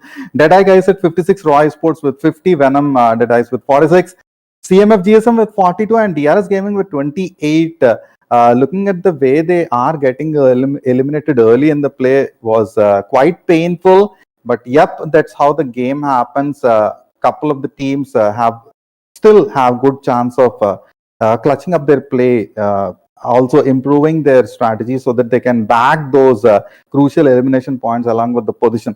So those were the overall standings, and let's talk about the top fraggers of the team of the matches. Sinister with a 1.92 kill to death ratio, 12 assists, 23 eliminations. My goodness. Demo with 20 eliminations, 8 assists, 1.67 KD. Falak with 19 eliminations, 12 assists, and 1.58. What a play by Falak and Miramar. Then we have IC, 19 eliminations, 13 assists, 1.5258 KD. XMPL, still 19 eliminations, 12 assists, 1.73 KD. I thought that XMPL will back couple more eliminations in Miramar, particularly because I saw him equipping an Mini and an 8X. I think that he couldn't convert those knocks into kills. So, yep, those were the top fraggers, guys. Next, we have Erangel. The first 2 games were amazing to watch. Me, Castor Santa, along with me, we have Bullet. So, the next games will be hosted by Raiderby and Bullet. So, be ready for those fantastic play and enjoy the matches. So, can we see a couple more devious plays towards the end circles? And Bullet will definitely feel and say that, the gun has to be nerfed, and I'll agree with his point as well. So let's see how the next set of matches will happen. It's time for a short break. Bullet, before we leave, do you have anything would you like to add anything? I mean, like the tremendous potential is definitely getting showed upon from the side of all the regions that are participating. A great effort being laid down from the side of LIDOMA of doing cross-region events. But for now, folks, let's take a short break as we have the confirmation. Yes, let's take a short break and we'll be right back after.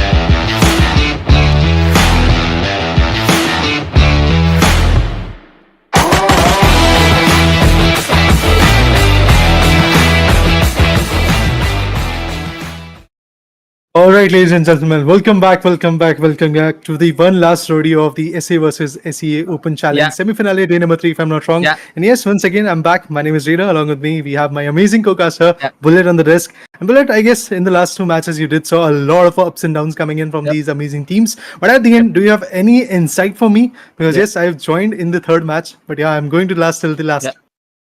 I mean, like, see, if you talk about the side of, some of the teams, talking about the side of A1, NB, talking about the side of STALWART, talking about the side of T2K, it's a usual story, man. Some teams are able to, get some pretty good eliminations at certain maps, some teams are not. So it's the back and forth story, but some of the teams like A1, NB, IHC, T2K, especially all about the side of T2K, they're able to maintain that consistency. But yes, we are going back to our OG map, Erangel, as we can see the flight path coming all the way toward the side of from the side of Livatska, going all the way toward the side of onto the middle section of George Pool and Hospital.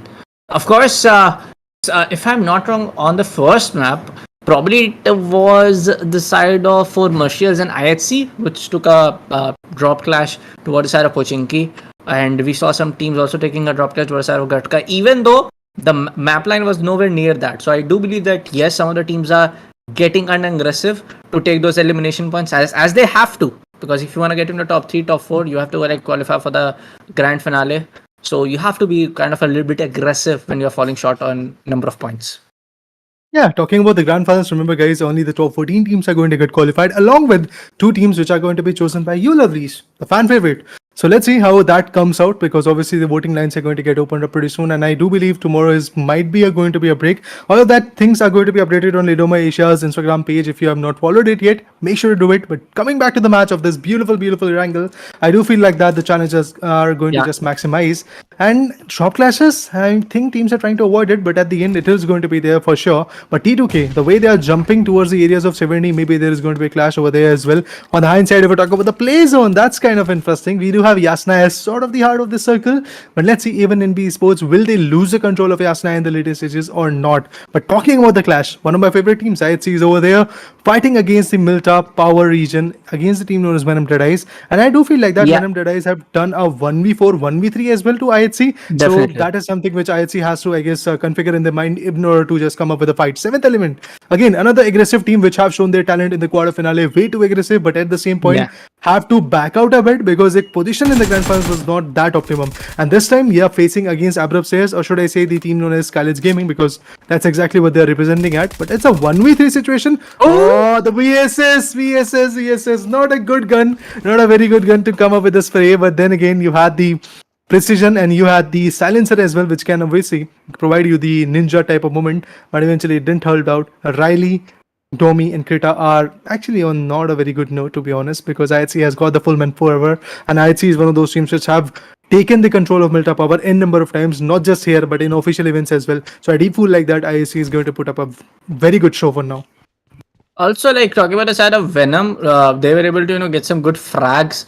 Talking about the side of day number 2, they were able to get some if I'm not wrong, they did almost took a clutch against the side of ASL, or maybe it was the side of IHC. Yeah, it was the side of IHC, I believe, in the map number 2. So I do believe that yes, VENOM needs to think about what's going wrong, think about what kind of strategies they can have, think about how the entire rotation thing can work upon.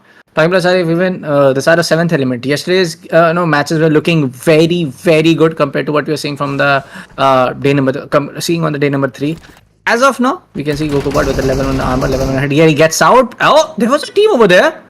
I guess they were having the knowledge that ASL is definitely present over there, as a gangster definitely knows for a fact that there's going to be more than 2 guys over there. As we can see, some nades are also tossed apart, but revival will be done without any kind of problem. And yes, all of the players from the side of ASL are being so ready to push down and eliminate the side of 7th element. So they got to be really careful if they want to stop the aggression, the aggressive push coming in from the side of ASL. Exterminate or getting very closely. Talking about the side of Raw Esports, they are kind of sitting nowhere around. But for now, talking about the side of ASL, mate, he's being very, very calm about the situation. He knows for a fact that there are more than 2 players over there. He knows for a fact that if I push solo, definitely not the right call to do. He's just waiting for it, waiting for a right kind of opportunity, waiting for some kind of mistake happen from the side of 7th element. Definitely have to see if there is going to be an output like that or not. To be honest, the fact is like Venom DEADEYES is one of those teams who have, whenever they had the manpower, they have controlled a lot of fights in their favor. But when you don't have the manpower, obviously things can go south. That seventh element. Ah man, mate has been taken down. Not just him, his teammate has been taken down. That means SKYLIGHTZ Gaming is in trouble for now. I don't know how much of a jump they are going to take in the leaderboard at the end. Oh, I do feel like that SKYLIGHTZ has been replaced by Abrose as a whole in this particular tournament. So I do feel like that they have got the 8th position, which is again kind of good. But 7th element with 2 good amazing finishes. That's why I said like it's a very aggressive team. But for now, it's again Domi takes one down from IHC. Again the controlling situation comes in, but IHC in a 1v1. Oh man, Riley, you beauty, once again uplifting the team spirit. And yes, the guy who has been taken down is obviously going to get the revival in the game. Yeah, this team was 3-man short. I thought for a moment IHC is going to back out, is going to win this particular matchup. But no, it was not the case because Venom DEADEYES, they had the beautiful control. Despite of the fact they didn't have the right amount of utils. Remember guys, they were cornered from the start of dropping in this particular vicinity of Milta Power. But still at the end, they were able to be fruitful. That is why I guess there is something known as a huge fan base for a team known as Venom DEADEYES. I'm definitely happy for them. But moving forward, 7th element after taking down 2 good players, I believe they are once again trying to come up with a flank or maybe a direct slam onto the compound where the other guys of Abrose are hiding. It's Assassin and Sleepy, both of them. Sleepy is in an open area where he is hiding behind a boulder. And there you go. That's exactly what I was predicting. A complete slam onto the compound where they might guess the player could be hiding. But yeah, the compound is not that one. It's the other one around. So they have to push forward to that angle as well in order to just do the heavy lifting and get the job done. Let's see, man. Talking about the side of ASL, like I told you yesterday, we saw it was X Sleepy from the side of ASL who did a 1v5 clutch in the game number 2. So I do believe that yes, they got a potential, they got the overall strategies pretty well set. But right now we can see X Assassin is pretty much very close to the vicinity towards the side of 7th element. They gotta be really careful as the situation can go out of their hand. But for now, I guess 7th element did a good job of eliminating one team. As we can see, the side of IHC has been eliminated. But I could be wrong over here. Could be my bad. But for now, talking about the side of Leo X Nova, gets one toward the side of STALWART Esports. Action goes down. Some free retaliation frags are also coming from the side of STALWART Esports. A good fight is actually happening as we can see on the kill feed right now. Top Z trying to find another sweet angle. STALWART Esports going for a revival. This is going to provide you the cover. Not letting any guys from the side of Leo Esports to come close anywhere around. But right now I don't think so. Very good option to peek like that as he gets a boost from his teammate. But Assassin now falling short. Surviving on 17 HP. Try to go out for a nade or maybe he has a mini Uzi on his hand with just 29 bullets left. Not the very right situation, but maybe a molly, maybe some utilities can do the job, but he's not having any single of those utilities which I'm talking about. And where are his teammates? I'm really not able to find. But he knocks apart the side of Goku bot. XLCP, you gotta come close. You gotta come close real fast to help your team, to help your teammate down over here. But for now, talking about the side of ASL Assassin, Sleepy finds one. Maybe he goes for the free fire, but no, he gets some against it. But right now, talking about the side of Assassin, I don't think so. He has any bullet left in his mini user. Maybe able to get one. I don't think so. Ah man, there you go. Very unfortunate situation. Very unfortunate situation. Indeed, with just a shotgun, yes, the tables are getting turned for now. Sleepy being the last one with that, having the M4 in his hand. Definitely those burst shots can be chaotic, but even if you don't have the precision, things will backfire. The DPS, yes, it is going to be a push. One gets a headshot, but eventually gets ready off with a beautiful S1987. That's a pump action shotgun coming to the play. We have 4 good, amazing eliminations coming in from Team 7th Element, and the way they have performed is just something very, very good. And I do feel like that 7th Element is just going to straight up have a control from this particular scenario. On the fine side, if we talk about STALWART Esports, again another set of interesting team. We have IC, Top, Nirzand and Action. That's exactly what I was missing in the quarter finale, but finally in the semi-finals day number 3, where the stakes are that high, the teams have to be in the top 14. These guys are definitely here showcasing their own talent. And remember guys, out of 32 teams, 24 invited in the semi-finals and 8 qualified from the quarterfinals. Only 14 are going to get qualified when it comes to the leaderboard situation, and 2 other teams are also going to be there from that whole 32 teams of semifinals who are going to get qualified thanks to you guys when it comes to the fan favorite voting. But for now, STALWART Esports, what was that? Stopping in a very open region and trying to spray down the player, and that too beyond a Coupe RG. We do know that Coupe RG is like, let's say, a lower height resolution type of vehicle where you don't have a lot of cover beyond it. If you have a UAS, if you have a Dacia, then again you can be effective when it comes to this kind of play, and that's why Action has been taken down. But will it be easy for the other guy from Team STALWART Esports known as IC to come back with a revival? The IGL has to step in this point. Action on the other corner is trying to back out, obviously gets spotted, damaged a lot. and I see he will have a tough time reviving his own teammate. I do feel like that action might actually go down. He might actually get bleeded out. But oh, is he going to get covered? Oh, Nidzer also gets picked up. That's raw official also coming up in a situation. It's a third party situation, and definitely STALWART Esports is going to have a very big tough time at this point to survive. Top is trying to rotate, and Top's position is already been revealed, I believe. And this will be very challenging. But Dictator, look at him, has no idea where Top is. Yes, indeed, he's going to get tapped out of this situation. Oh, Dictator, he's not going to survive, that's for sure. I believe the animation, the complete control of that animation could be coming in. But STALWART Esports at the end have to remember that there is a third party situation working out, and maybe Raw Official is going to shut them down. But GSM, thanks to them, STALWART Esports will still have a moment to fight back, because GSM have decided to fall back. They do know how crucial it is to survive and at the end make sure to be in the top 14. Because remember guys, GSM is there at 15th position. At least 2 or 3 good chicken dinners is what they need to be in the top 5, top 6 positions for now. I mean, I just wanted to say, like, STALWART Esports are not able to get on the same page from the previous map, because on the previous map, STALWART Esports got eliminated pretty early in the beginning at the 4th, and maybe I just feel like at the 16th position, if I'm not wrong. So I do feel that, yes, they gotta be thinking what's going on, what's going not, but at the same time, Riley confirming one of the guys from the side of DRS, and it's gonna be a very strange case. Correct me if I'm wrong, Raider. Do usually teams from SCA region, SA region play like that you see a very big split among the team, more than like 10 or 20 meets? I mean, like 10 to 20 meets is pretty normal, but for now we continue the discussion. But as we see a clear win situation happening between these two finest players from the side of ERS and one other from the side of Venom, but other two guys coming in from the side of Venom to provide the right kind of backup. And now maybe Lothbrok can maybe take the decision to fall back, but no, Nate comes in very close. He gets 40% tag over there, and definitely not in the right spot, to be frankly speaking. All of the three guys are just pushing in some DBS, and DBS comes in, definitely not going to survive. Talking about the other players from the side of DRS Gaming, he's very, very far away. I mean, this is what I was talking about. I saw this yesterday also. I took an assumption that yes, maybe SA and SC play style, something like that. They gotta play on a very big split. But tell me about this one. What do you think?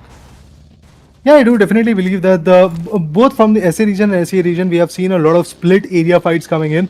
But at the end, if I talk about the current scenario, if I talk about the current teams, I do believe DRS is one of those teams who loves to play with a split. 7th Element is again another team, because if you have that, let's say, confidence in your player that yes, he can take at least a 1v2, because whenever Slam comes in, there is a possibility that 2 good players are going to push on 1.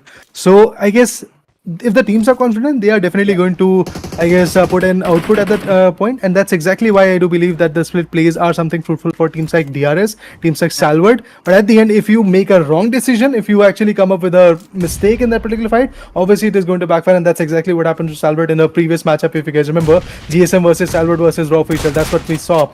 A beautiful flank was there, and it backfired, to be honest. But for now, let's come back to the fight. It's Mad Cat coming back with the DBS in the play. Oh, the barrel worked out. Barrel, not just that, we do have an AK also coming to the play. Precious Sir definitely gets his 3rd knockout, I believe. Slayer on the other corner has been taken down. Revival is something which is just going to be quite messy. I don't know whether the revival will be possible or not. But GSM, after losing 2 good players against STALWART Esports, they're again trying to bounce back. Oh, the DBS! The implications are way too high. What a beautiful shot has been connected with that. Definitely is going to take 1 or 2 players down at least. One more? The one pushes forward. What is that? After shutting down the team of STALWART Esports is too good player, to be honest. At just 1 or 2 HP, this guy survives. Obviously, his teammates have been destroyed, but the fact is, there is still a chance that GSM is going to secure at least top 4 position points. There is still a chance. But what about those guys who have been completely destroyed? I'm talking about the teams like DEADEYES, because they're already done and dusted. On the hindsight, I do believe STALWART Esports is also going to get eliminated, and that's exactly what happens. 4 good eliminations, that's all you're going to get. Again, XI8, Fallout, Blade. I guess I'm missing Crypto a lot, because he was one of those amazing content creators and also one of the fan favorite players. But obviously, it has been a long time when Crypto has taken a leave from Again XI8. He's now in a very different scenario. But yes, if I talk about his teammates, IQ, Fallout, Blade has been taken down, but IQ and Fallout, both of them are looking very good. The 3rd player, I don't know who is he, but on the hindsight, 4 Michael Vibes again, another Mongolian giant into the play. Apex is taken down after taking 1 down. The other guy, East, is also coming. Oh, what is this? Is this Fast and Furious? The way these guys are playing, man. They're just slamming their vehicles, coming out of it, taking down the players with their sheer gun power, and at the end, surviving till the end. So 3 good eliminations for 4 Michael Vibes as well. I mean, like, on how the entire situation is coming in, it was the same situation on the previous day for map number 3 as well. And at the same vicinity, one by like back to back, another teams are coming for a third party, fourth party, and this is the exactly thing happening again as well. I feel like yes, it's a good chance to place your bets that okay, if you are seeing a opportunity that you can eliminate both of the teams, go on for it. But you are seeing that you're falling short. One of you guys have been knocked apart. Maybe it's the right decision to back off from that position. But anyways, folks, we'll be focusing on to what is have NB Esports as we can see the SEC coming into the picture. He has the M4 attached with a 4x. Another guy has a 4x or 6x maybe attached with that M4. I mean, M4 is one of the gun. I mean, like the evergreen guns, related to be frankly speaking, even from the PUBG days. So I do believe that yes, a lot of players still prefer M4 when it comes down to the usual gunfights because it kind of allows you, if you are not having that very precision aim, when you are not able to play with those sniper and marksman rifle, to just go for some burst fires and try to get the elimination done at the pretty long range. 11 teams are still surviving, 35 players are still remaining. It's gonna be a usual story of when stage 2 and stage 3 get stagnant at the moment, you get stationary at the moment, that all of the players are taking some rotation unless some of these teams comes down to a very close vicinity, it comes down to a very close proximity of the play. But talking about the side of T2 Esports, yes, a very big leap coming into the picture on the day 2. Talking about the side of day 3, yes, they are still doing a very good job. But on the previous map of Miramar, we are not able to get some good elimination points, not get some good placement points. They will be still trying to their level best at map number 3 to just get those points, get those numbers. Because after the last map ended, they were right at the hashtag 3. Maybe if they get good numbers, get good points, good number of points, they can definitely get in the number 1 spot. Out of everything that you said, Bullet, I have one thing to just let's say admire on the fact that you said numbers, and it is really very important for these guys to get the numbers, because at the end that will decide where they are in the leaderboard, and in turn leader will decide will they be there in the grand finals fighting against the Giants for the $1,500 prize pool. Because again, you are here, the stakes are high, the teams are fighting back, and again, if I talk about the competition, that is just so surreal. But on the back end, we do know that an official event is coming in, that too a world stage event is coming in from PUBG Mobile scenario. So yes, the teams are here to grind, and thanks to LIDOMA Asia that the grind stage is already started. You can clearly see what kind of action is coming in. All the giants from SA, SEA regions are already here. As the name suggests, it is the open challenge. So every single team that had the potential to come back in the game was here. But from official, they are rotating. Zordi is the name, has got the Dacia, and definitely Dacia is one of those vehicles which can provide you hardcore covers, and that's exactly why Zordi survived. But on the hindsight, look at Sky from Raw. He knew that his teammates is getting shot at, so he's going to retaliate, and that's exactly why he's being very fruitful for now. T2K on the other corner is also trying to rotate back. Zordi, yes, he survives, but Sky unfortunately has been taken down.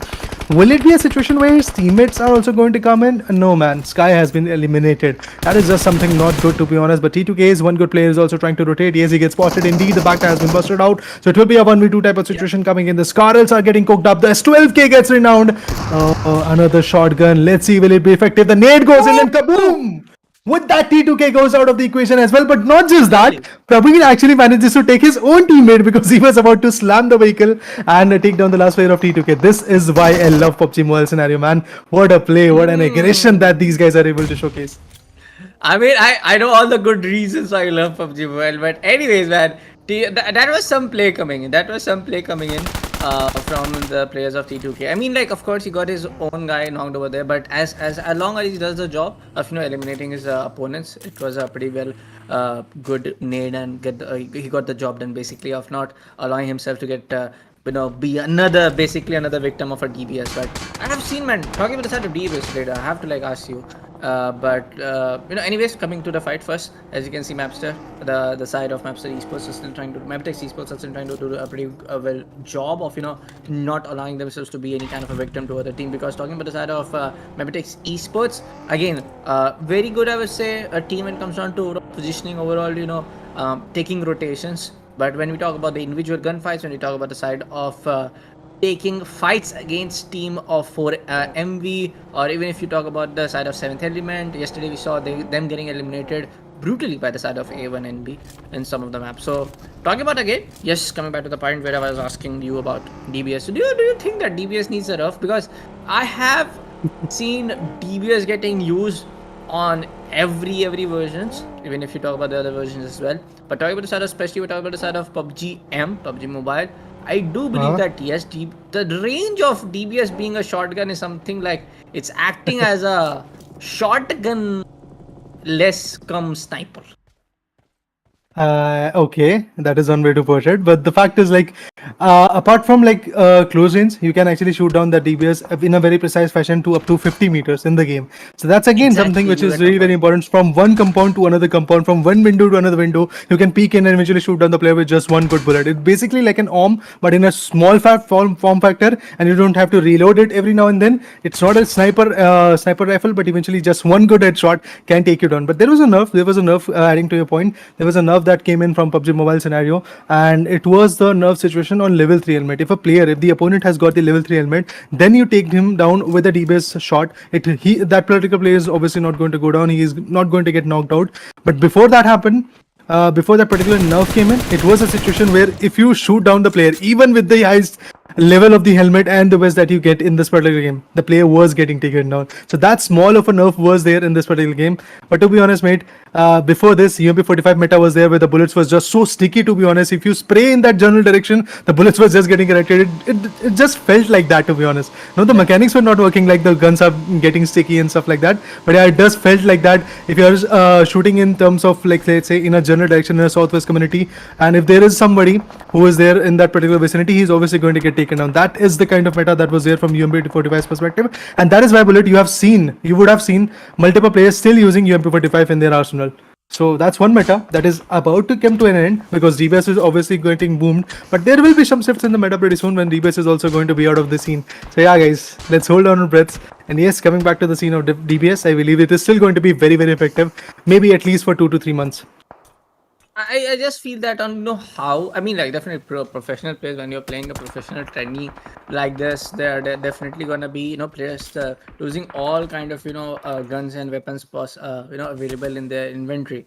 So I just feel that yes, even if we see a small nerf when it comes down to overall distance, I mean, like, when I try to put in a sniper shotgun come sniper, I just want to like the kind of the range that gun has. I have seen players eliminating this tournament only, being in a very different house, and being on the second floor, eliminating a guy who's down at the ground floor. I mean, this is something kind of gets things easier. But anyways, coming to the fight over now, MABETEX esports takes on the side of A1NB Hitman over there, as on some grenades, or maybe I see some smokes getting also tossed for his teammates over there. But for now, maybe MABETEX esports as a collective unit can push toward the side of ANB. But DBS is ready. Definitely not gonna miss you. Come on, dude. Come on, every now and then. DBS all over the place. But definitely Smith's 2 shots. It's gonna be some good cover. He's trying to play with the audio. He's trying to fake it out. But oh, he misses it again. But finally finds the 4th shot. NBS Sinister goes down. But hey, that was volley. That was another fight happening against the side of NB Sports as the volley goes down. But there you go. Nightwing trying to use the red energy drink over here. Talking about the server of 0524. I really don't know why he didn't push with his teammate. That teammate just provided him a few smokes right in the back, as A1NB Nightwing just has suppressed his teammate over there. Now I see. Well, talking about the DBS, definitely that gun is so effective. I did saw that 7.62 ammo and Honey Badger, that's a newer version of a gun that has been there in the PUBG Mobile scenario for like past 4 months. That particular gun was not effective, because even if you shoot down 1 or 2 bullets onto the player, obviously there is a chance that there is 1 bullet of DBS going to get connected onto you, and that's exactly what happened. But on the hindsight, SKYLIGHTZ doing a commendable job of eliminating one more team out of the equation, and even in esports, kudos to their performance, their consistency. They are still being on top of this particular leaderboard with 107 points precisely, and we're not counting the position points yet, because in this particular match, whatever the amount of position points they're going to get is obviously going to get added up when the match ranking comes in.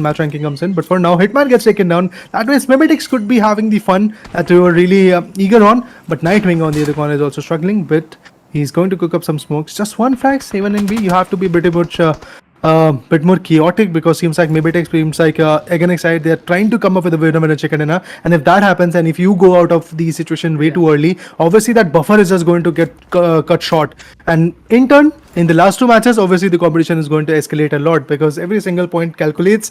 to a journey where you Yeah. will be in the semifinals or not. But one thing is clear, that even NB is obviously going to get qualified because you are on top for now and you have got 107 points in your favor. The only team which has actually secured 100 plus points in their favor is going to be even NB according to the current point system.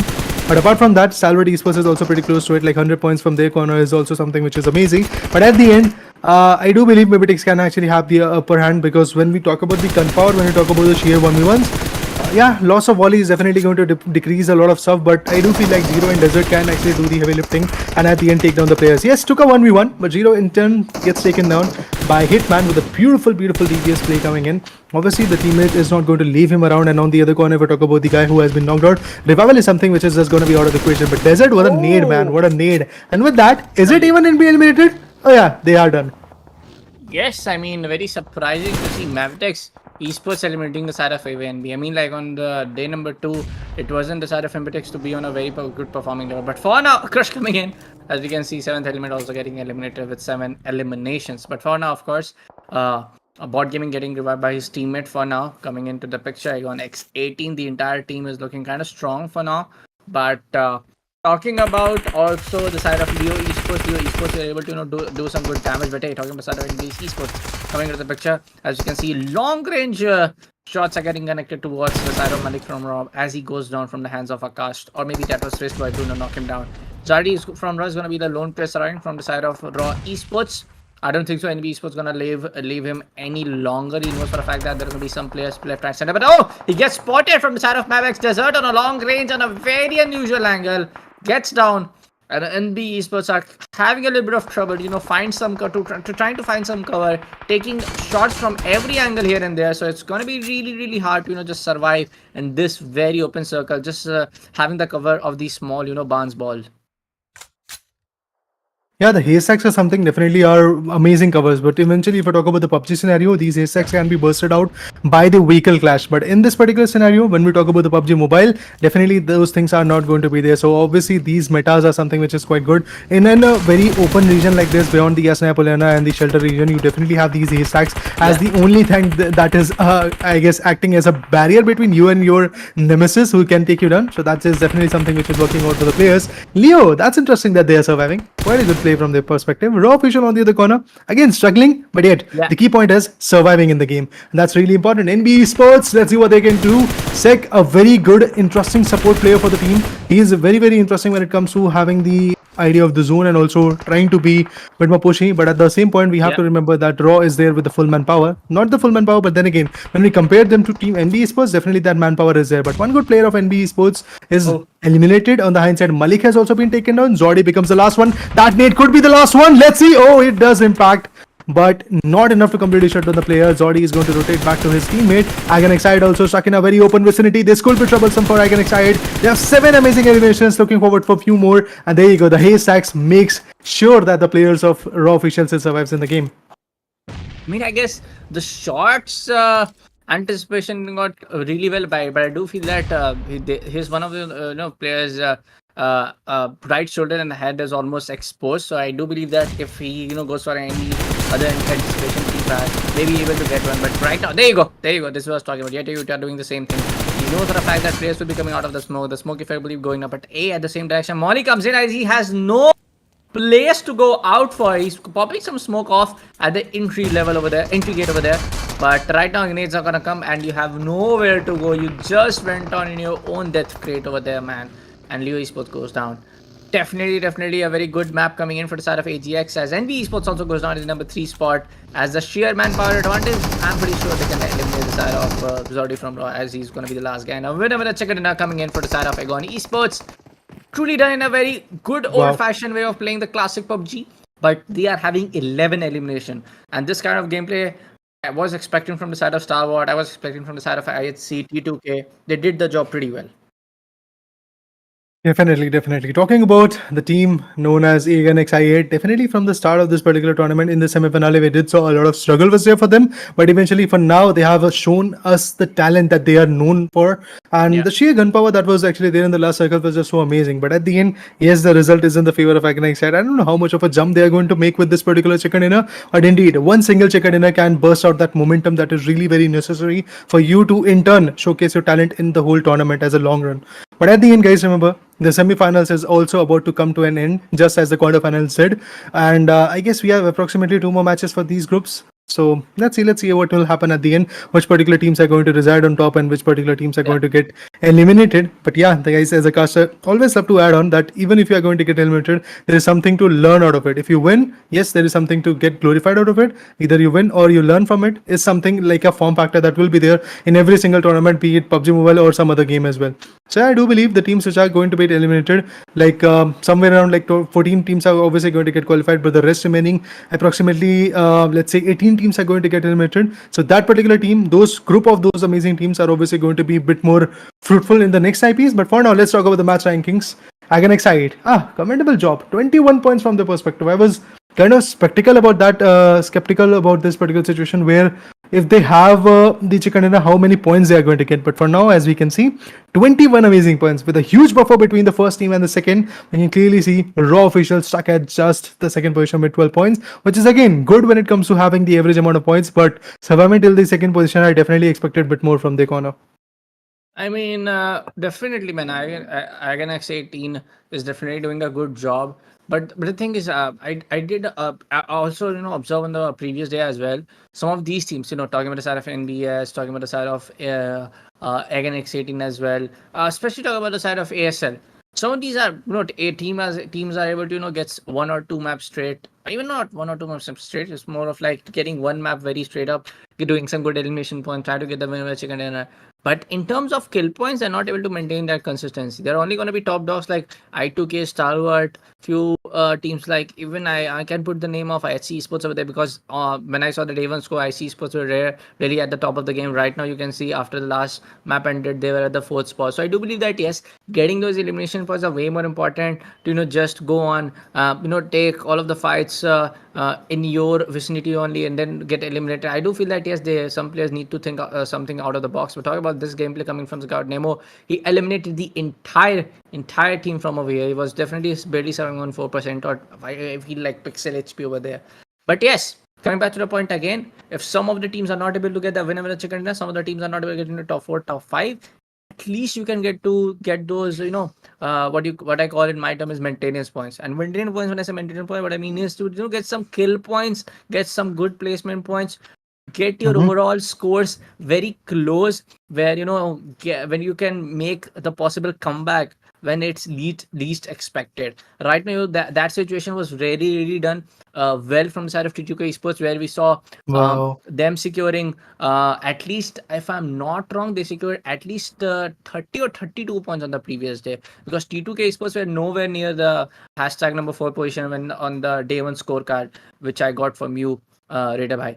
So I do believe that yes, everybody has to look up towards the side of T2K Esports on how they are utilizing each and every map as their advantage. And they are also having good amount of winner chicken dinners as well. But yeah, number 1 spot, A1NB Esports with 51 position points, 58 elimination points, and with a total of 109 points. Right behind it's going to be STALWART Esports with 100 overall points.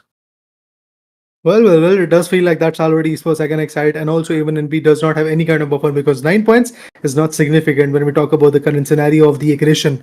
Abrupts on the other corner stuck at the 9th position. They were at the 8th position from the start of this particular third match of the day, number 3. Yeah. But eventually, after the third match got over, we can see Abrupts has been pushed to the 9th position, to be honest, with 73 points. But there is not a lot of buffer between 9th and 8th and 7th position. So it is again a doable job. One good chicken dinner of 20 plus points can make them survive to top 5 positions as well. NB Esports struggling but still surviving for 71 points. 7th element with 71 as well. Roy Sports, after having a chicken dinner, they are still there at the 12th position. Same goes for GSM, man. That is just something surprising for me. DRS, a giant who has been crowned as the MVP, a global MVP of 2022. I mean, what is happening to the DRS, to be honest? Because the manpower is something which is just again missing. But I feel like that this particular team has got the potential of being the fan favorite team, and once again showing us the talent in the grand finals. If that happens, I won't be surprised, to be honest, because I do know how much you guys love DRS. But on the hindsight, VENOM DEADEYES, A very interesting play, even after the 1v4s, 1v3s that has been done in the Erangel map. When we talk about the vicinity of Milta Power, these guys are very effective, as Bullet was explaining it in the previous segment of IHC versus Venom Deadeyes. This guy was able to do, I guess, a 1v2 with just bare minimum achieve of 5%, but still he survived. And at that point, I thought for a moment that Venom Deadeyes is going to have a long run in this particular game because they had the 3-man power. But at the end, we can see they are stuck at the 14th position. And if this would have been the only leaderboard that we have to check, I guess this particular team would have been in a very safe spot. But remember, guys, there is another set of 16 teams in Group A which have already taken their all amazing 15 matches in consideration. And there are again, let's say top 7 teams qualified from there. Top 7 teams are going to be there from this leaderboard as well. In total, 14 teams are going to be there in the grand finals. But top fragers, Falak, pretty interesting. Falak 24 coming into the eliminations. picture. That's interesting. Yeah. Yeah, Falak coming into the picture where we only saw A1NB players, Stalwart and Aegon coming in. Falak coming into the picture with 24 elimination, and that is something not very usual that you see. And after 4 or after 5 games that you see 24 elimination coming into the picture. But for now, folks, yes, I see Demo also with 20 elimination, Aegon XI8, XI8 with 21 elimination, IC with 22. IC is definitely one of the players, and A1NB Sinister is definitely two of these players are permanent. For I would say also from the last 8 or 4 maps that they are always doing those frags for their team. Of course, they're playing the Assaulter. Of course, they are very good with the overall frag gameplay of theirs. But yes, for now, folks, I do believe that we are done with the 4th map of the day. We have got the winner. Third map. Third map, I'm really sorry. Yep, For yep. the day, Erangel went pretty well. Really sorry. But Miramar is going to be up next for map number 4. And usual thing, man. Miramar, I do believe that is a very, very comprehensive map when it comes down towards the side of PUBG Mobile. What do you have to say? Like, I know, Reda, we had this kind of talk very often when we discuss the PUBG side of things, like whichever maps is best. But being a caster, being a guy who likes to analyze things here and there, I do believe that when it comes down to the competitive side of things, Miramar is a much, much better map than Erangel. I have this opinion for the last Definitely. 2-3 weeks. Every single guy who has, I guess, slightly or maybe even a bit of a knowledge of this particular game has to, I guess, compensate on this fact that yes, this particular map, Miramar, is one of those maps which can be very, very amazing when it comes to the output, but also very, very risky, to be honest, because in this map you come up with a third party, but you can be on the receiving end of the third party as well. We'll talk about all of that stuff after a quick short break as well, because yes, the 4th map of Miramar is bound to happen, and we are excited about that. So yeah, quick short break and then we'll be back.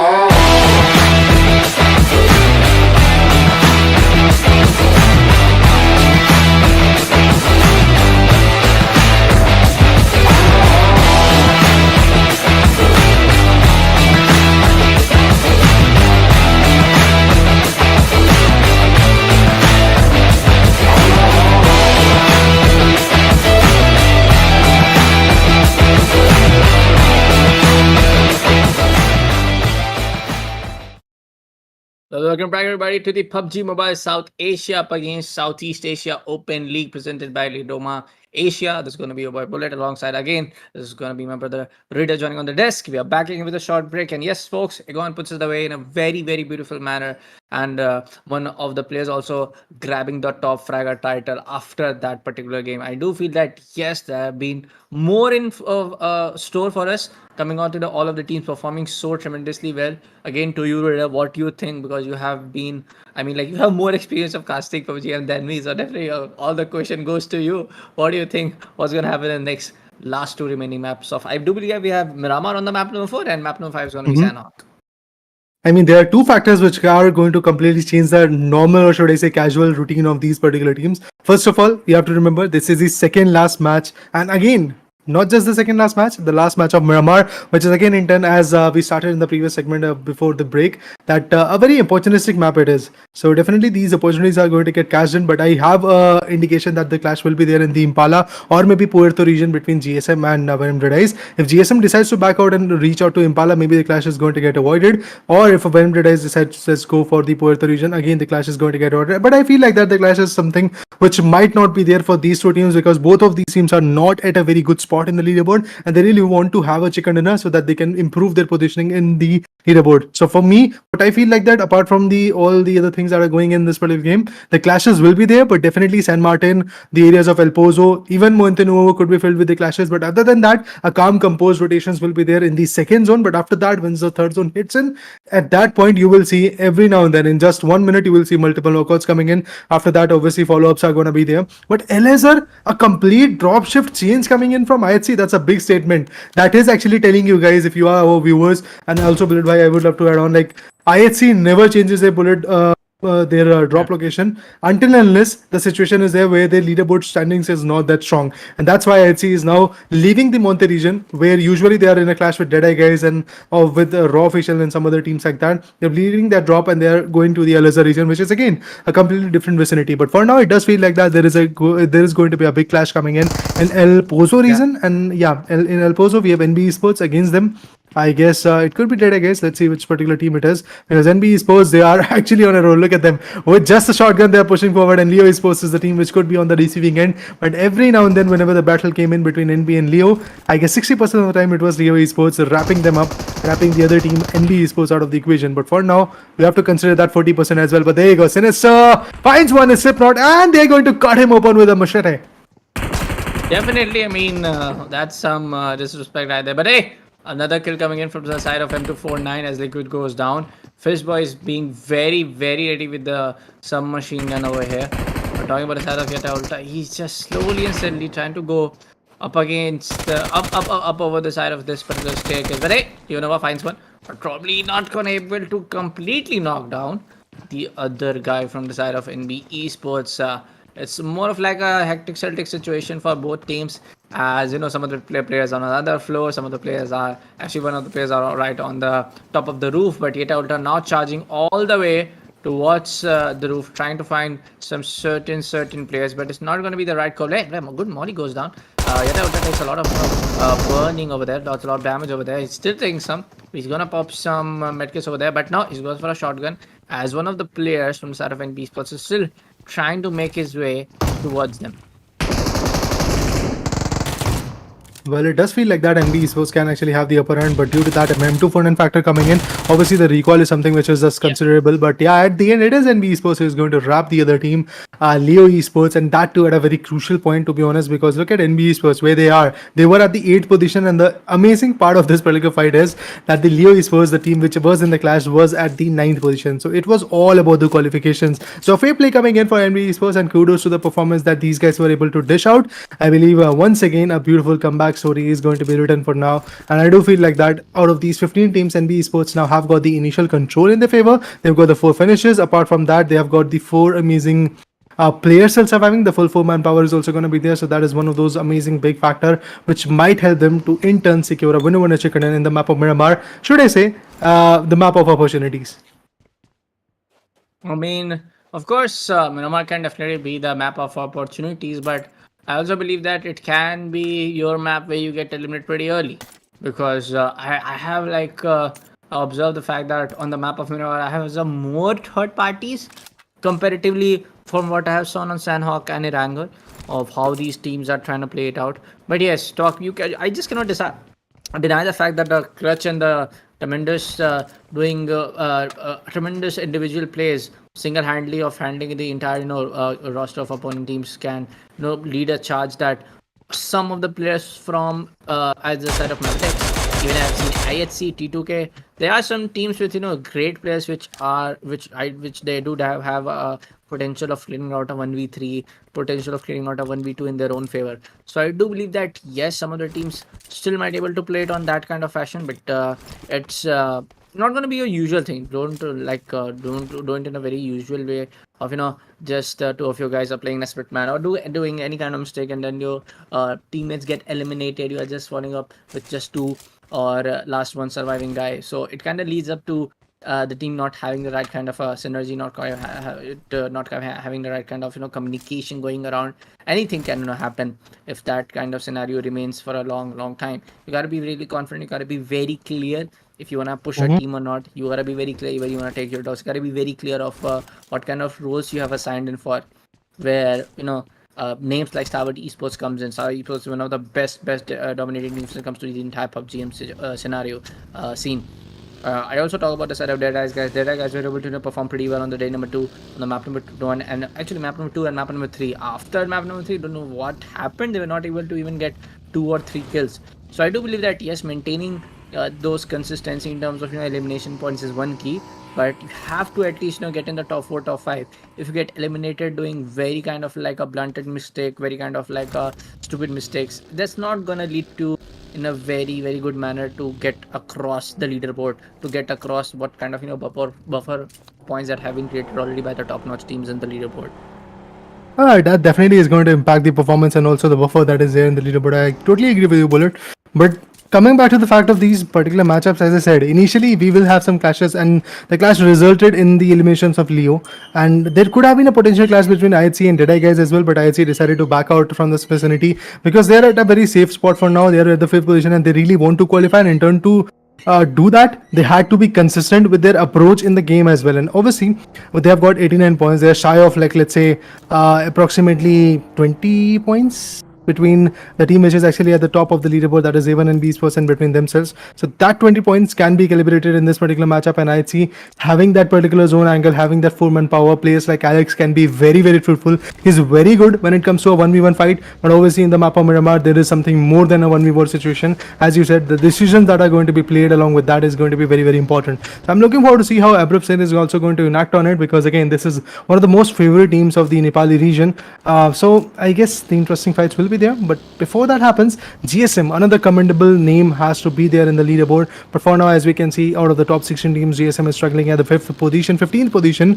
MABETEX is struggling at the 14th position. So despite of the fact that these two teams decided to play their own way, decided to avoid the clashes between these two particular giants, I don't think so output is going to be that much, because if VENOM get a chicken enough, they can easily be there in the top 8, top 7 positions. But STALWART Esports, what is happening to them? DRS versus STALWART Esports is something that will be definitely amazing. But from the start of this tournament, I am missing the players from DRS. I'm missing Gyante. I'm missing Killer. Killer is, again guys, let me remind you, the MVP of many official tournaments. But that guy is missing from DRS's roster. That is again going to retaliate, or maybe should I say, create a lot of impact. And I do feel like that the other players like Top Fragger, Charlie, and Lothbrok is going to have a very big tough time for now. The Viking Lothbrok is there, but let's see how he's going to perform as well. Let's see, man, talking about the side of DRS Gaming, definitely we have seen them performing really well. Of course, I feel like, we have a saying that, some days are not good as you expected, some days are not on the brighter side as you expected. So I feel like they are going through that phase right now. If you especially talk about this particular tournament, talking about the side of Raw Esports, Malik from Raw, right now taking a vehicle to get a precision. Oh, good shot. Top Z.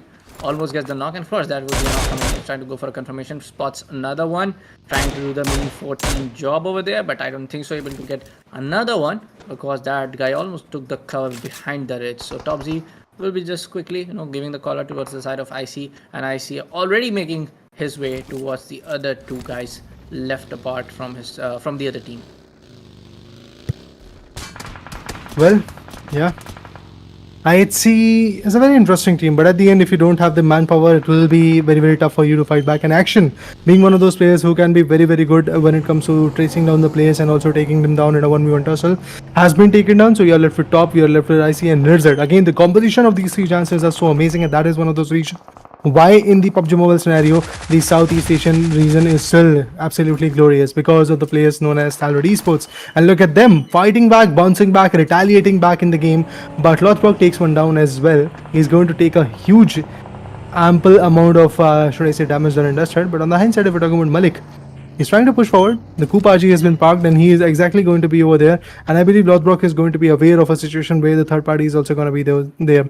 So Lothbrok's survival is something which is out of question. That nade is obviously going to take him down, and that's exactly what happened. One good nade, Malik takes down the team known as DRS, but from the back end we have IC putting down a stop to that rampage coming in from the other guys. But IC is also not going to survive because from the back end we do have Deadeye guys putting up a lot of sprays. We have 7th Element also coming into the play. We have Averab Slayers in a close-up by vicinity. Apart from that, I guess we have one more amazing, which is known as Raw Official. But let's see what happens. Oh, there you go. 7th Element. Toku Suarez. He knew every now and then that the place is trying to rotate. And despite of the fact that STALWART Esports knew, despite of the fact that IC knew that there are players peeking onto him, he had nothing to do because even if he stops, he's going to get a very good bolt action shotgun onto his head. Oh, sorry, not a shotgun, a pistol onto his head. Oh, sniper also could be onto the head. But on the hindsight, it was a AR known as Scarl being utilized by the players of Team 7th Element, that was Tokusaurus. But T2K trying to get some good picks, and they definitely were able to make an impact onto Deadeye guys. 4MichaelVibes on the other corner is also having the tough time from the leaderboard champions, and that is even NB Esports. But what is that? Slamming the vehicle, taking the player down, and there you go. After the first play zone, even after the first play zone shrinkage is not done, we can clearly see a lot of knockouts are coming into the play. I mean, yeah, a lot of teams are still trying to save up their plays, and that's the right kind of, I would say, strategy. Not save up, I mean that would be wrong term. Planning to play it kind of in a passive way, get in the final vicinities of the circle, get in the final end game of the entire map, to get at least the maximum of the manpower advantage. You have 4 players, at least try to get 3 of your players survived upon. Don't do any kind of mistakes if you're not very much confident in the fight. But after that, you have to be pretty on point with your reflexes. You gotta be pretty on point with your all the utilities being coming into the play. But for now, we can see Raw Esports backing out as one of the teams were charging at their spot pretty aggressively. It's going to be none other than side of Esports. Talking about the side of 7th Element, the side of T24 OP, trying to get some long range shot towards the ridge. I don't think so. He has spotted one of the players over there. But yes, he was taking some pre-fire towards the ridge. For now, it's going to be a very clear case that the circle is going on towards the side of La Bendita. The area of La Bendita, the area of Los Leons. It can go maybe also towards the side of Impala, who knows. But very much into the center vicinities of La Bendita. Now La Bendita has a very big kind of a ridge that you can use to your advantage. Some ridges are also across the main building of La Bendita. So there are some high range, high ground levels, vantage point spots where you can play on those ridges and try to get some kill. And talk about the ridges, there you go. Kill is gonna be 1-1, tries to find one, and of course he will be donning the side of the pros here. And right now X is on Egon X side, might be able to take up a decision and try to push towards the side of the Deadeye Esports. Kind of interesting, but again, excited. What is happening to you? You're tumbling down. Maybe somebody is going to spray you down and take you down. But at this point, after the elimination of STALWART Esports, there's definitely an opportunity for Agonexite, T2K, and also IHC along with 4MichaelVibes to bounce back in the leaderboard and have the position which STALWART was having in the initial moments of this particular matchup. Agonexite is in a very good battle against the team known as Deadeye guys, and they've already taken one good player down. I do feel like that. T2K from the backend is also going to join this particular fight, and maybe third party situations will be coming in. Frickster is there. That's again a new addition for this particular team. Pressure Sir was there. Shifu Sir is someone of a player who is just so amazing. Sky from Rob takes one down from A1 NB. That's again a very big loss for that particular guy. But Mad Cat and Miram Deadeyes, how could they set apart a journey? And yes, indeed, they are in a clash for now. And Sky from Rob finally eliminates Nightwing. The best assaulter that particular team has got, apart from Sinister, has been taken down. But Shifu Sir, unfortunate. Oh, with his own teammates, Nate, the player has been taken down. Was not expecting that, mate. But yeah, indeed, the teammate is someone who has backfired onto him, and with that, we have another team going out of the equation. What a retaliation, dude! Even NB Nightwing got taken down, but eventually, in a span of just 5 seconds, the whole team of Raw Official was picked off by even NB. That's why they are crowned as the leaderboard topper for now. On the hand side, Shifusher will be back in the game, despite of the efforts of Trickster. He is back in the game, and Trix and Shifusher for now are going to put up a show. A 1v2 or 3 scenario will be coming in. That damage is just so on point. Look at Blade dishing up out a DBS shot onto the player. With that, we do have the S686 also coming to the play along with the DBS. I don't think so. S686 is going to be comfortable or fruitful even, because yes, you can take down with one bullet player and then eventually shut him down with another one. But what if the other players are also going to push forward? If two players are pushing in the same instant, you're obviously going to get tagged off, and that's exactly what is happening for now. The barrel comes into play. Yeah, the damage is coming in. The nades are also into the situation. But at the end, yes, it will be a complete elimination coming in for Team Deadeye, guys. Again, I say it will be surviving. Not for long, because T2K is already there for a third party. Yeah, of course, T2K will be not losing any kind of opportunity to, do a successful execution of third party over there. But for now, we can also see the side of NB Esports to collect closer towards the side of MABETEX, and of course, MABETEX are able to, survive up till the top 10, or maybe I can call top 10 squads, because this is something very similar that what we are doing on the previous map as well. But for now, talking about the side of Tico Esports, they have spotted for Mercier over on the above ridges as well. KXMP report tossing some smoke nets left, right, and center to block all of the possible landslide from that particular vicinity and get across some help from his teammate over there. But right now, what are the confirmations coming? So let's take as a confirmation outside the threat. MB volley spots him. Does a good damage, but still, all of the players, possibly from the side of MAB, are still roaming around as they are trying to get in kind of closer, trying to group with one of the solo teammates that he is holding on to a ridge. And this can be pretty complex. Well, it definitely is going to be complex, because right now we are talking about the qualifications of top 14 teams.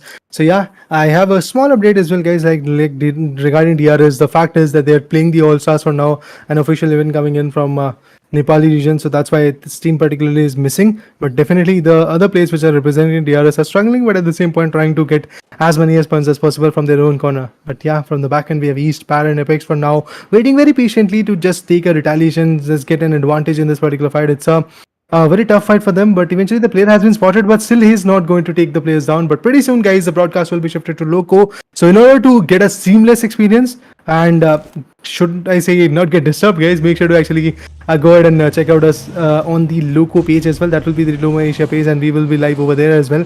So all the matches from now, which are again the last match which is pretty much left, is going to get streamed on Loco. So stay tuned for that as well, guys. But for now, as we can see, T2K is still fighting back. We have True Love, XMPL, and along with that, Rig is going to be there. True Love is one of those players who have shown in the past a very good, decent amount of support that he can provide, and his flank angles also work out a number of times. But for Michael Vibes, look at this guy sneaking upon the players of Iconic side. This can go horribly wrong for Michael Vibes. What if a third party comes in beyond the hills? And at that point, East will be a sitting duck for those guys who will be third partying this situation. But for now, I guess Michael Vibes is having a very calm and composed approach, because they do know if they make a move, the other team, Iconic side, is going to become, or should I say, go in a very, let's say, survival based type of mode. But before that happens, IHC retaliates and takes one down from T2K. This could be the initiation or maybe the downfall of IHC as well. Let's see. It's gonna cost a lot towards the side of NB Sports. Are there taking a push towards another team over there? And I mean, there's gonna be ASL coming out the picture as well. It's gonna be the side of Fishbird to drop some praise with that scar. But right now for Mercier also taking a fight over here, coming in, and he gets the tag over there with the DBS, and there you go, he goes on, and one of the own nade damage again coming into the picture. I mean, what's happening? We saw more than three players getting knocked about from their own teammates nade, but it's gonna be AK Blade eliminate the side of ASL finally, and doing a very good job. But right now, talking about the side of NB Esports, they're still, I would say, not very much far away, but as we can see, ASL, the players of ASL are slowly making their way to the same vicinity. This can cost a lot of things, but hey, good shot coming in, misses one, but he gets the second, but still a lot of damage coming in from that mini 14, but not the right knock opportunity which we are waiting in for. Well, it does feel like that. The opportunities are going to come. It's all about how you're going to cash in onto them. When Venom is definitely coming back with a third party is something I was kind of, let's say, predicting at that point. Like maybe there is going to be third party, and that's exactly what is happening. So for Michael Vibes, the way they were taking their own sweet time to Yeah. take down the players of Agonix side, actually it backfired onto them, and does feel like that Baron is going to be the lone wolf of this particular team. He's trying to flee back from the scenario, but no, man, T2K will be coming up with the advantage. That's what I do feel like that. They're definitely going to take him down. A lot of damage is going to be there. Either is it going to be a vehicle burst out or maybe a pura complete full stop. And that's exactly what is going to happen. A complete full stop on 4 Michael Vibes. Yeah. And it is Baron who has been taken down as the last man standing of that particular team. As I said, as Bullet also ended upon, like small decisions are something which can in turn make a large dent in your performance, and that's exactly what backfired onto Team for Michael Rice. But for now, I do feel like that NB Esports can be the team which can have the upper hand in their favor. They've got 6 good eliminations in their favor. Sek and Fistboy, both of them are surviving. Also in the previous matchup, they had a very good, opening. But in this particular matchup, they definitely have got that significant amount of finishes. All they have to do is survive till the top 3 at least. Yeah, let's see that's gonna happen or not. But I do believe that on the amount of kills that they are able to secure in with already 3 of those guys in this fight going down. But right now I do believe that yes, still if they can regroup, try to play the 2-man squad game pretty well, they can, or I guess they will be able to secure or at least get into the top 2. Finish off with the second place, and that's not a very that's not a kind of a very bad situation to be upon. On the other side, T2K is taking some fight towards the side of A and B sketch. One of the kill players coming in from the side of A1 and B. Right now, it's going to be really crucial how they handle the whole entire situation. But right now, good long range shots coming into the picture from the side of Nubask. But one shot was there, he got some connect. But right now, we can see the side of X Sleepy using this drop over here and definitely getting some really good loot from that drop package. Yeah, definitely. You have to choose if you are going to get the gun that is going to be there. It could be MG3, it could be MK14. It really depends on your kind of pick that you are confident with it. Then definitely go with it. But I believe at the same point, the level 3 vest helmet that you get from that particular drop is something that's absolutely amazing. It is like a new suit for you, which is again in turn going to help you a lot. And when it comes to the close quarter fight in the later stages of the game.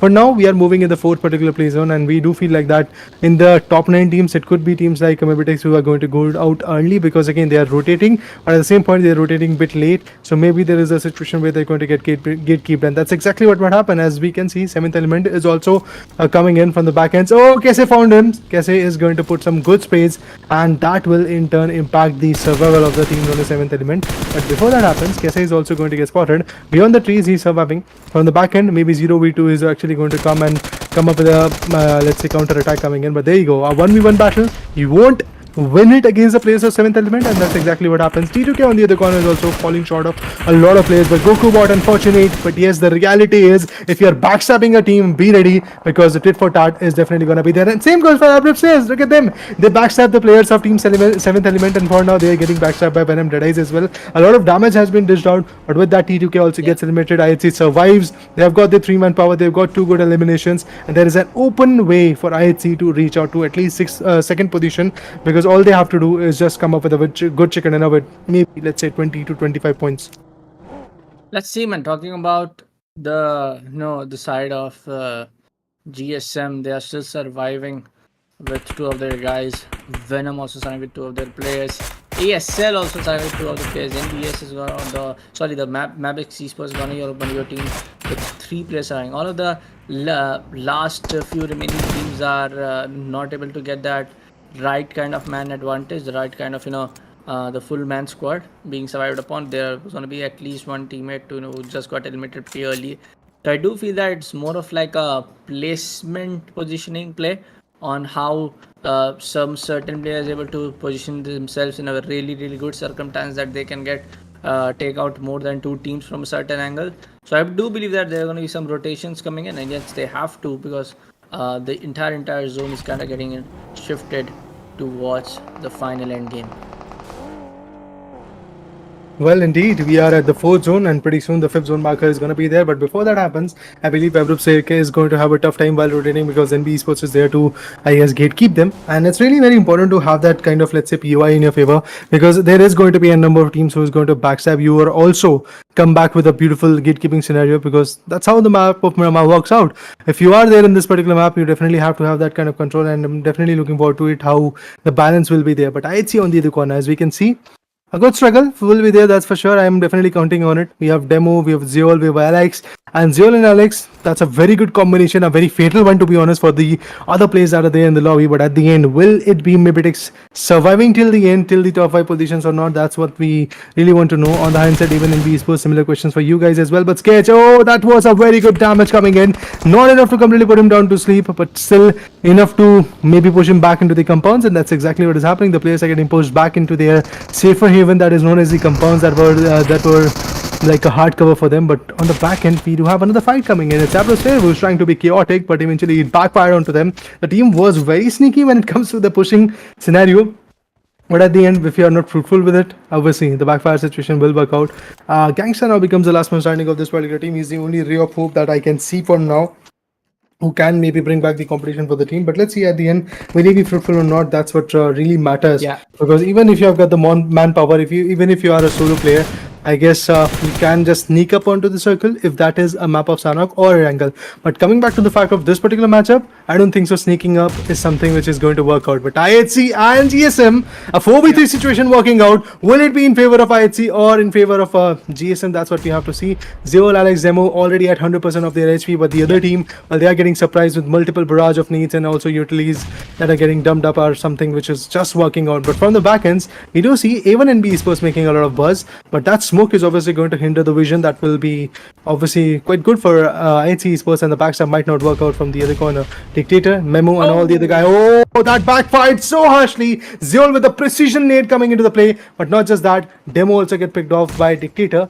I guess two good players of that particular team known as IHC are also going to suffer. One player has already been eliminated. The name is Godless. The other one is already struggling because he's knocked down to his knees. The last two players are still struggling. They're trying to get a POI. Look at that flick of a FPP and TTP vision that is coming in. But that DBS could change the factor. But from the back end, we do have even NB Esports coming up as a third party team. But IHC survives with the top 6 placement points in their favor. Apart from that, they've got the 6 amazing animations that were required. A1 and B now have got a hint that the compound is pretty much filled with the third party and stuff like that. They could push onto that particular compound, but again, it is actually on the edge. And in order for IHC to rotate and be back in the circle, they have to rotate through a very big, broad road. And whenever they decide to do that, obviously they are going to be caught off guard because it's a very open angle. But NB Esports versus VENOM DEADEYES, that nade could be critical. But every now and then when NB Esports is trying to exchange and get some good nades onto the impact, I believe they're just getting shot down from the back end covers that are working out for Krita. Rita is also having few of the nades. Some of the shots are also getting connected towards the side of Domi. Rita and Domi already trying to hold it power with the side of DBS as a knockup one comes in towards the side of NBSK1. Another guy is also coming into the picture to provide some kind of help, but there's going to be another one as the side of NB Esport goes down at the fist boy. The last remaining player standing on his feet also goes down from the hands of Venom DE. Of course, I was talking about the side of Venom. Venom is definitely a few of those teams that has a tremendous clutch potential, but today not able to perform pretty well. Yesterday was definitely one of their good days where they did got some amazing kills, did got some really good clutches. But right now I gotta be really careful on how the circle is about to end up at, because I don't see sufficient amount of cover with the amount of teams that have been left. Right now Zoel will get knocked apart from the side of HC Esports. It's probably a knock coming in from the side of ASL Gangsta. So definitely the right time to just go on. But oh, he leaves the vehicle and he gets eliminated. No, IHC gets eliminated at the 5th spot. Long range shots coming into the picture.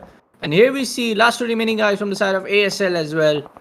The last one guy remaining in from the side of ASL as well, the Gangsta. He has to do some gangster stuff to survive and make a quick clutch coming onto his way. But I don't think so that's gonna be really easy, because for the side of ANB there's gonna be 3 guys who are still alive, and for the side of MAB there's also gonna be just one single guy to remain alive. Last 4 teams, last 9 players surviving. Abroad has got a very decent idea, a very clear picture to be honest, of how we can take down the players from team Venom Deadies. But in order to do that, see, we have to remember that Venom Deadies has got the full manpower. They've got 4 good players in their vicinity, and it does feel like that K9 is going to have a tough time surviving, and that's exactly what happened. Hitman on the other corner made his way back in the circle, but Sketch is also going to get picked off, leaving behind Hitman as the solo man standing. So let's see how it all is going to be fruitful. 3 good teams, 7 good amazing players. And Krita, yeah man, you are going to get surprised, that's for sure, because Gangsta is over there. One good shot. Ooh, that headshot was actually good enough. But now he's going to cook up some decent nades. If the placement is right enough, he's definitely going to have the output. Look at the other corner. That nade was actually on point, but at the same point, a bit, I guess, let's say, overcooked. Riley? Will he spot him? Yes, indeed, he spots him. But still, the nades are something he's going to much more rely on, because even nade is something, I guess, which can give you the output even when you don't show your faces in a clear 1v1 or 4v4 fight. That's exactly why people do love to choose those nades rather than coming up in a very good 1v1 fight. But it does feel like that Venom Deadies might not have the chicken dinner, despite of the fact that they had the manpower. Due to the main important reason being that their 2 good players have been taken down, and they are getting taken down from a V flank. But the best part for them is that they've got the circle in their favor. But from this corner, I guess I can see even in ESPORTS, Hitman has taking up very good rotation. That particular rotation is obviously going to amplify the spirits. Krita now has been taken down. Rambo is already on his knees. Revival is something which can be out of equation. Riley is holding the other guy from Abrupt here. Hitman on the other corner is just coming up with some damn good nades. That nade can impact. And yes, it does. Lovely. Riley actually walked his way back in the nade. And with that, definitely Riley is going to get finished off. Let's see what the Domi is going to do. Oh, okay. The nade went in. Domi is going to finish his own teammate off. But yeah, obviously the finish is going to be there for A1 NB Sports. It's a clear 1v1. A1 NB Sports was joining from the corner despite of the fact they might not get the chicken dinner. But I'm so happy to see a consistent play coming in from that particular team, which was somewhere lost in the start of the semi-finale. But yeah, Hitman ready with the mini 14s. If he gets a DBS, that will be glorious. Oh, gets the older meta. The UMP45 is going to be chosen from his corner. It's going to reload it, and pretty soon he's going to take down the player. But the fact is, now he is gatekeeping the zone, and maybe that is something which can backfire onto Domi. I would love to see how it is going to work out. Oh, the lot of damage is going to be there. But Domi, you have got the insight. Also going with the UMP45, and he knows that there is no DBS coming up in the play, because if DBS would have been there, the enemy would have been poking more and more. Oh, it's done. That's interesting. Venom Deadies, what a play, man. What a play. A beautiful comeback in the game. I believe somewhere around they will be having, like, let's say 8 to 9 finishes, so a total of 19 or 18 pointer of a bomber is definitely going to increase their position a lot. But at the end, how much of a point they have got is something which is going to be very, very important. So match ranking, I'm looking forward to it. What kind of impact is going to be created with that massive match? The match number 4, or should I say second last match of the semi-finale of group number B is already done and dusted. One last road to go, and that will be in the map of Sanhok. It will be again a table turner. But before that happens, I guess we have to look into the match ranking, the highlights, the top figures, and along with that, the overall ranking is something I'm looking forward to. Yeah, man, I did really talk about in this starting of the game, when the match started, the last match when started. Venom is one of the teams that has a tremendous clutch potential. They were able to get some good kills. A few of them players were able to clutch in a 1v2 scenario at least. So I do believe that yes, individual plays is something that is very top notch. But the last circle definitely gave out the very clear example of how when teams players, teams try to stay on a group when taking a fight, how they can actually capitalize on the whole situation. Also, let's take a look at the match rankings. A1B with 6 position points, 7 elimination points, total is going to be 13. ASL with 5 position points, 0 elimination points, total is going to be 5. MAB with 4, elimination 0, total 4. I mean, this is one of the lowest scoring lobbies that this entire tournament has ever seen, maybe. Quite a glorious fight indeed, and as we can see, Venom Deadies, after having 19 points, is obviously going to have a huge jump in the leaderboard. But will it be significant? That's what we have to know after all the matches gets over. But yes, guys, we'll be back on the caster deck. I'll give you a very important update that has to be there in this particular scenario. But before that happens, Leo, DRS, STALWART, ESPORTS, Deadeye guys, again excited for Michael Wives. I guess 7 or 6 of these teams have gone out of without a single point. Yeah. I mean, that is something so scary to watch out. But yeah, on the hindsight, if we talk about players coming in from A1 and B, kudos to their performance. They already had 109 points. With this 13 points of an addition, they will be having somewhere around 122 points in their favor, which is again a massive jump. You are having that kind of jump, which is again going to, I guess, confirm your qualification for the grand finals. And apart from that, create a mental pressure onto the teams which are going to be in the grand finals that, yeah, remember guys, this is the table topper of that particular semi-finale. So yes, we have to watch out for him. We have to be ready for the competition that is going to be there, which is again in turn going to increase the competition for even in esports as well. GSM, a lot of struggle, man. A lot of struggles. That's what we have to say. Initially, NB Esports took a very good control of Leo Esports in the El Pozo region, and the way they were able to shut down the particular team was amazing. DRS, the last man standing, Lord Brock, tries to sneak his way while proning, while rubbing his belly into the grounds, but gets taken down. Same goes for Salad Esports. They were trying to back out, were also taken down by the players of team 7th Element, but in an instant, 7th Element was also taken down. If we talk about Deadeye, guys, well, this was a long battle, but to be honest, the way Trick Sir took down his own teammate, it changed every single thing, because at that point they would have not lost their other guy, Slayer Sir, and if the losses were not there, I believe maybe it could have been a very fruitful match for Deadeye, guys, as well. Yeah, could have been the case. I mean, like accidentally injuring and make your team go out of the map is definitely not one of the things that you want to do in for.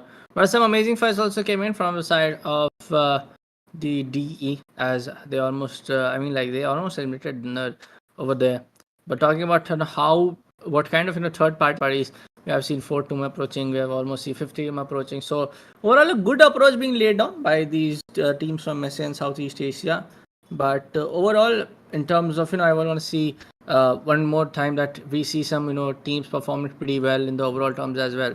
But folks, if we see the overall standings, even B Esports with 3 win chicken dinner, 57 points. Elimination is going to be 65 with 122 overall points. STALWART Esports with 1 win chicken dinner, 33 points, 67 elimination points, a total of 100. There's going to be now 3 teams which have crossed 100 mark, and even NB has definitely done a very good job of crossing it up to 120, as they are standing at 122 now.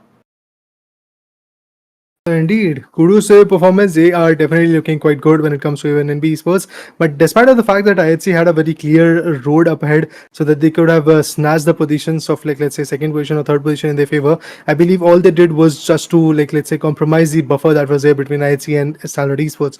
On the hindsight, Miracle Vibes also went out way too early. MABETEX 85 points, that's all they have got. Abrupt says 78 points. Let's go to the second page as well, so that we have a clear idea of how the other teams are performing. But Abrupt says, congratulations on your side, because yes, you have managed to be back in the first page of the leaderboard, which is again a very good sign of a comeback coming in. But the last match will decide it all. And also, guys, for now, have a look at the second page. Pretty soon the second page of the leaderboard is also going to come in, which will in turn tell us who is at the bottom of the list. It could be DRS, if I'm not wrong, with just 30 points in their favor, and maybe there will be some more faces, which is again going to be not so surprising. Raw Official, GSM as well is going to be there, pretty close to one of those situations where they're not going to have a lot of jump. But I would love to see which is the position that the team known as VENOM DEADEYES is going to have after that massive chicken dinner. Okay, that's interesting. 11th position, that's what they have got. And 73 points of a total, that's what they have for now. Abrupt says is somewhere there to let's say close to 80 points. So I believe there is still a chance where VENOM DEADEYES can actually come back with again a chicken dinner in the map of Sanhok. With a huge amount of points, maybe they are going to bounce back to top 6 or 7 position. That's what I'm looking forward to. But DRS, CMFxGSM, unfortunate, but yes, the harsh reality is here. Their performance is just not getting uplifted, and that is the reason why Deadeye guys, GSM, Raw Esports, NB. Well, NB is also here, but NB has got that buffer covered up. If NB comes up with a chicken dinner, they will be able to have somewhere around 90, 95 points in their favor, and that can improve their position from hashtag 12 to hashtag 6 or 7. That's exactly what I'm looking forward to. Yeah, let's see, man. Also talking about the side of Raw Esports were able to do some really good job when it comes down to the second day of the semi-finale. But right now, all of these, I would only keep Leo Esports apart from this whole leaderboard, because Leo Esports were able to engage with any kind of gunfight. They were not very scared of taking gunfights. They were not kind of very I would say doubtful of engaging with a team. They saw a team, they go ahead. If they lose, they die. So that's the whole thing of Leo Esports that I really like about this team, that they are very confident with their overall gunplay. Sometimes they're not, of course, like I said, every other circumstances you get the win in the other circumstances is not gonna be one thing. You have to just keep learning from your mistakes. I do believe teams are working on it, to be honest, because we have seen a very gradual but yes very steady evolution coming in from quite a few teams which were unable to perform in the previous battle. But for now, as we can see in the second page, there were some upsets. For example, we have DEADEYES. For example, we have some more teams like, let's say, CMFgSM, and DEADEYES, Raw Esports. Every single team here is again going to struggle a lot. But let's see at the end what kind of a closure is going to be there, because yeah, it really depends, or it really, let's say, matters like how the teams are going to evolve, how these teams are going to perform. At the end, if you have the consistency, you are going to become the team which will be in the top 14. So I'm looking forward to it. Let's see who's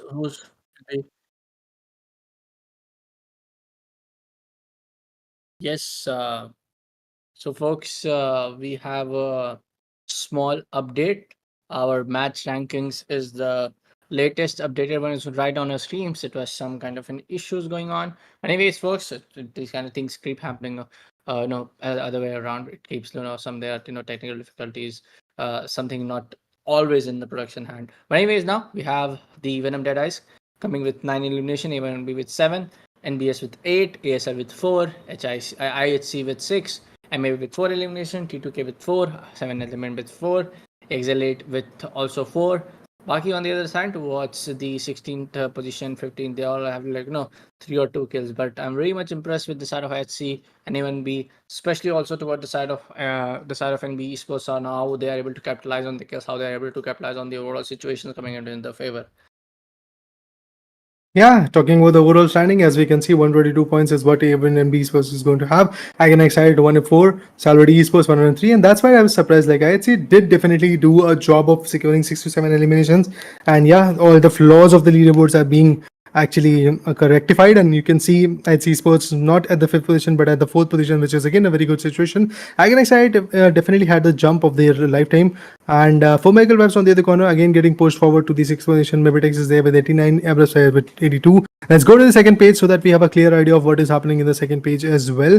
Like, is it Team Venom Deadeyes jumping a lot, or maybe things have changed? Yeah, Venom Deadeyes is still there at the 12th position. I thought for a moment that they are at the 11th, but no, they are at the 12th position. And NB Esports definitely had that significant jump that was needed, 81 points in their favor, and they are at the 9th position. They can easily snatch up the positions of Abrupstes and some other teams which are there at the later stages of the first page. DRS stuck there with 30 points, GSM with 49, Deadeyes with 49. And there you guys, this was the leaderboard of semi-finals Group B, day number 3, match number 4. After the match number 4, to be honest, the overall standings after 14 good matches of the Group B has been done in the semi-finals is in front of us, and we can clearly see a lot of evolution coming in from all the other teams. But there you go, without even a quick short break, we are cut to the last match of the day, the last match of the semi-finale. This road of the semi-finals is going to end, but at a very sweet note of top 14 teams getting qualified is going to be there. But for now, if I talk about the flight path, the map of Sanhok is going to be there. It is starting from Mong Nai, going all the way towards Nakam, and it does feel like that the hot drops are going to be there in the boot camp. Paradise Resort is also going to be flooded with the teams. But if I talk about Icon Excite, a very passive approach, and Lakavi,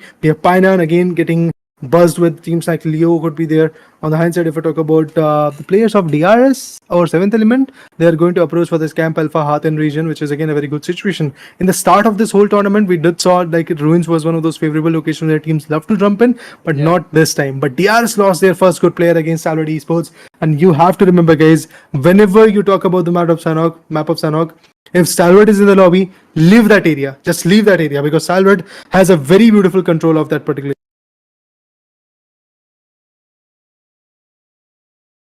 So I guess, yes, definitely the challenges are looking good. As we can see, multiple knockouts are getting followed up. STALWART had their initial frag in their favor. On the hindsight, 7th Element is also getting surprised. Divine has been taken down. T24 OP has been picked off. So multiple losses are coming in. I was not expecting that kind of a loss, but eventually we did saw a lot of losses there of bloodshed, and also the players are getting picked up. So this is kind of surprising for me. But Action, Tobbs, IC and Nirzet, what will they do? That's the most important question. How they're going to reform themselves back in the game, how they're going to place their strategies in a right fashion. And if that doesn't happen, we all know that things will backfire, and that's for sure. Like, obviously we have seen a lot of comebacks from these guys. I'm so happy to see that kind of comeback coming in, no doubt about that.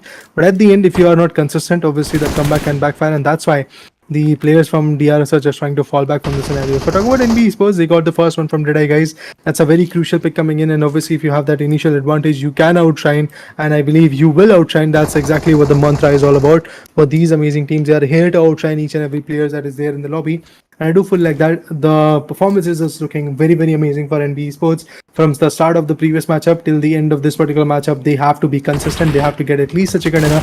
They really want to confirm their location, confirm their qualifications for the grand finals. But from the back end, we have Sek, who has been taken down. But an instant trade, an instant karma hits from Fist Boy's perspective. With that, we have the comeback for Team NB Esports. But what about Trickster? Oh, Shifuser also gets taken down. It's all about Slayer. The last man standing. Yes, indeed, he spots one good player, but will it be enough? That's what we have to know. Sinister gets taken down. Some good needs, some good brutal throwables are going to get utilized. On the hand side, we do have Raw Esports as well.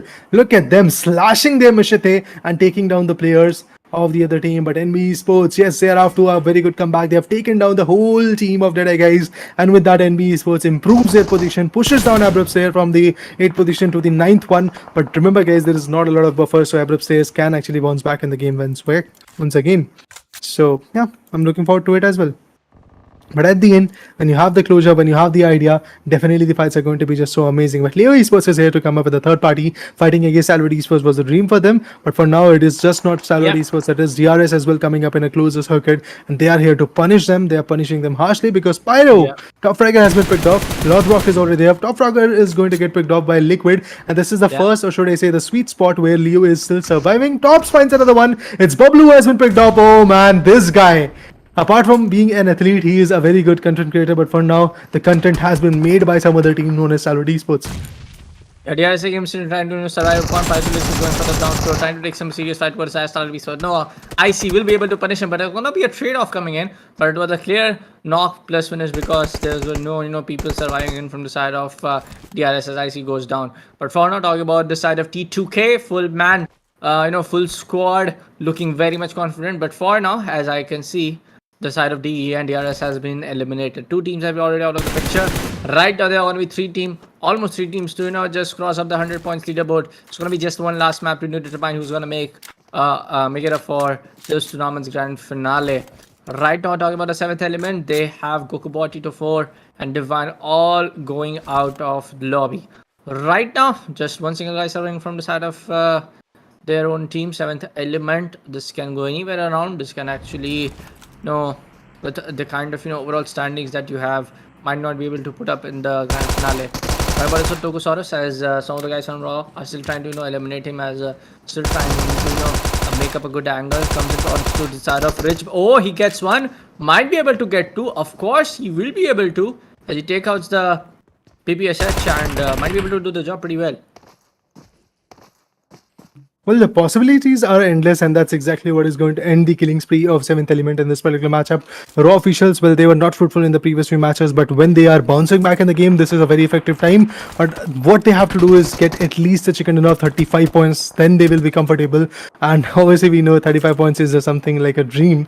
We have seen a team securing 32 points, but yes, after that, a complete downfall of that particular team was there. But Leo versus 4 Michael Vibes, this will be interesting to see how it wraps up. And there you go, one more emission comes in. Leo Esports is going to lose 2 good players of their own. Yetauta is also about to get taken down. That's exactly what happens. But there is some other team who is going to take down Yetauta. IHC is also coming up in a close circuit. And due to the fact that this is the last match of the semi-finale, look at the lobby going bonkers in a similar vicinity of boat camp. And they're here to just shut down every single player, every single thing which is moving, to be honest. It could be Nid, it could be Molly, it could be a vehicle moving, it could be some other creature moving, but yes, they are here to shut down every single player. Baron also gets picked off with that. I guess for Michael Vibes is there for just one good player. But on the high side, Dictator, should I say, from GSM is fighting back against Team MABETEX, but MABETEX is just wreaking havoc, and the last man starting is going to be Memo. But will he be able to bail out the formation? I don't think so. I don't think so that Memo is going to survive till the end, and Wally will be able to get the upper hand, because you can't deny the 1v1s, but instant switch with the DBS,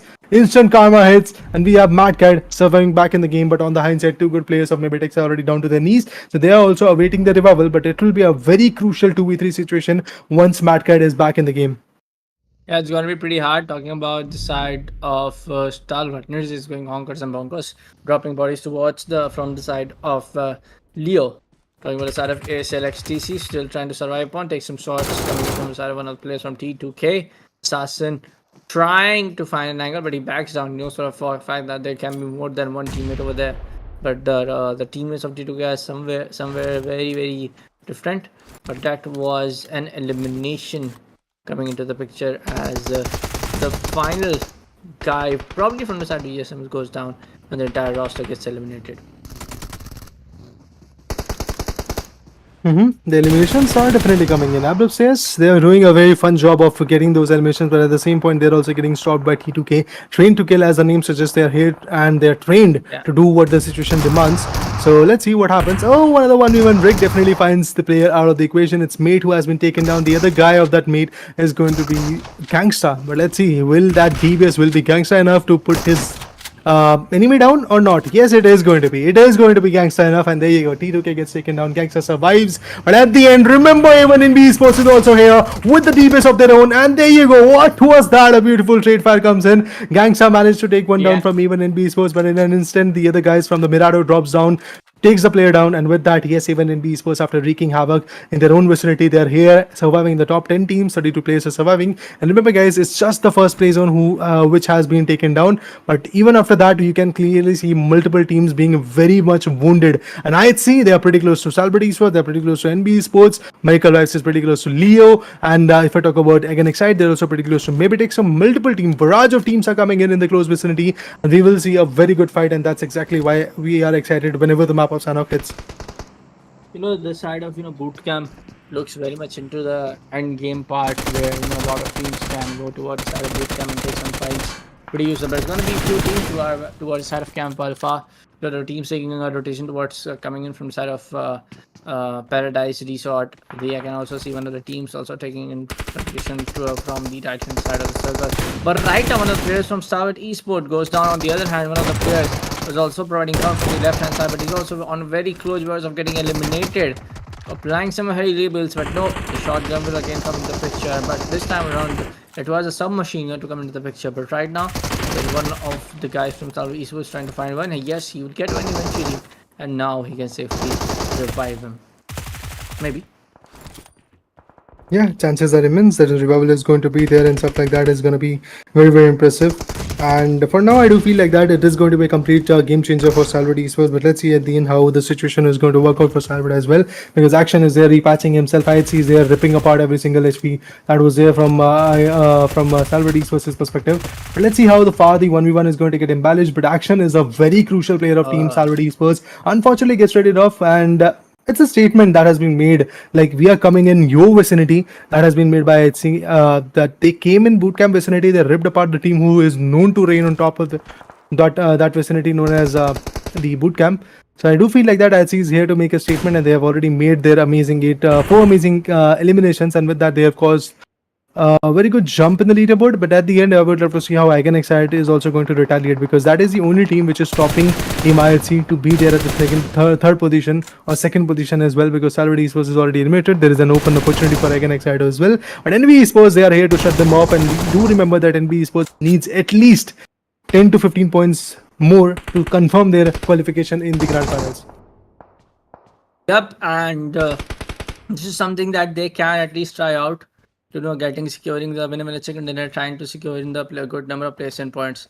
So about the side of VENOM-DE is one of the teams which are able to perform pretty well on raid number 1. Like I have mentioned it earlier, but raid number 2 seems kind of pretty basic coming in from them side. But right now, VENOM was actually able to secure one VENOM in the second dinner coming at the map number 5. So I do believe that yes, some of the players are very much skilled, some of the players are very good into some of their individual plays. But right now they got a forecast as a team. For NV now, just left out with one other player come calling in Mr. Doki 922, or that's Doc 922. So yes, he's holding up with the DBS. Anybody comes in is gonna get victimized. But right now he's just waiting it for another kind of opportunity to come by his side to at least get the kill done. See, the solo player coming in the map of Sanhok is something of a fatal opportunity for that guy, because obviously if you're solo, the only tendency that you will have in your mind is going to be like, if you spot someone, if somebody comes your way, you're going to not just knock him out, you're just going to completely eliminate him. So that is why I believe the solo surviving players are something which are again very, very dangerous to play along with, but you don't know where the players might be hiding, and that too when we talk about the map of Sanhok, it is just known to have that sneaky play coming in. I guess this map, the second map of the second name of this map is just known as the snake map, because you will see multiple players rubbing their bellies onto the grounds when the later stages of the circle hits. You will see multiple teams, multiple players also hiding in those circles. But when we talk about the current scenario of these SEA teams, I do feel like that the challenges are just going to be upfront. There is not going to be a lot of passive plays coming in. And NB Sports against IHC, we do see a lot of exchange of bullets coming into the play. If IHC goes down, there is nothing to lose for them, because they are still at the safer place, and they are definitely going to get qualified. That is something I do feel like that. On the hindsight, if we talk about NB Sports, if they get traded off by IHC, man, that will be a big upset for them, because Leo is there trying to snatch up the position. Zeol on the other corner got damaged a lot, but he's going to repatch himself. He's going to build his own momentum back in the game, and I do feel like that the kind of damage he's dishing out is just so amazing. Look at him peaking fire, but still getting an effective amount of damage on a player who has got the level 3 helmet and a level 2 vest. Let's see, man. I mean, of course, these inventories gonna help you, but right now, the side of HC demo slowly crawling his way towards probably, as you can see on the screens right now, is gonna be in business coming from the side of this particular house. Demo very slowly to just not give out any audio cues, but talking about the side of esports, I know what kind of potential they pack. I think that they will just looked on the other side, and they can definitely anticipate that there's going to be someone who will actually flank us. Well, yeah, I guess definitely the flanks angles are going to work out, but Zeol, unfortunately, is going to get picked off. One of the most aggressive players coming from IHC is now out of the equation, coming from Raw Official. This was a very good opportunity that they were able to, I guess, snatch in their favor. Bootcamp is again one of those areas which is pretty much close to the circle, but not going to be into the circle in the latest stages. Remember, guys, this is just the third play zone which is getting wrapped up for now, and after that the zone shifts are going to be massive, and at the same point very fast as well, so the teams have to move in an instant. Sinister gets taken down with a damn good nade coming in from IHC. That's Demo who was able to give that output. Again, the player gets spotted. It could be enough for him to get taken down, and that's exactly what happens. Fizzboy retaliates. IHC is again suffering a lot. Falak on the other corner is also receiving a lot of shot, and that is the only guy who was the top fragger, if you guys remember, in the semi-finale. But a domination factor is going to be there from the players of Team NB Esports, and they're not here to stop. They're here to stop every single team which is trying to put maybe, let's say, even a small amount of damage onto them. For Michael Vibes, 4 good first aid kits, 1 energy drink, 6 energy drinks and 1 painkiller in their favor. They can easily go for a heal battle, but obviously they don't have that many health kits. They have to take down at least 1 or 2 players so that they can have their additional first aid kits as well, their utils as well, and that's exactly why this guy is just waiting patiently. But remember, guys, 30 more seconds to go after the 4 zone. After that, the 4 zone particular placing is also going to be there. And even in esports, they started off way too well. They have got the 3 amazing eliminations which were necessary for their comeback in the game. And on the hindsight, if I talk about Venom DEADEYES, they do know that ESPORTS is holding the eagle eye perspectives of those hills. And in order to approach that particular hill and maybe secure some good placement points, while rotating, they have to be very cautious, because there is not just ESPORTS, there is a possibility of Team MABETEX also coming into the play. There is a possibility of for Michael Waves also backstabbing them. Along with that, we do have Raw Official also coming up in a closed circuit. Yeah, definitely, man. The side of Venom can definitely has the entire potential with coming in with right now all of the players left out in a 4-man advantage. The same thing I would say for the side of P.M NST. Any performance having something very great, but there you go. Blades finds one, drops down to side of Miramar. Definitely the side. Other teammates can definitely pick up the vengeance over there. Can take up the vengeance over there. Attacking is just one thing that before the players. This can go wrong. Maybe not. Who knows? As 2 of the guys have been already knocked down, might be able to use the smokes and all of the other possibilities present. But there you go. This was I was talking about. There's going to be some second or third party, very usually happening inside the game. Well, yeah, the third parties are coming in. ESPORTS is trying to have the output of it.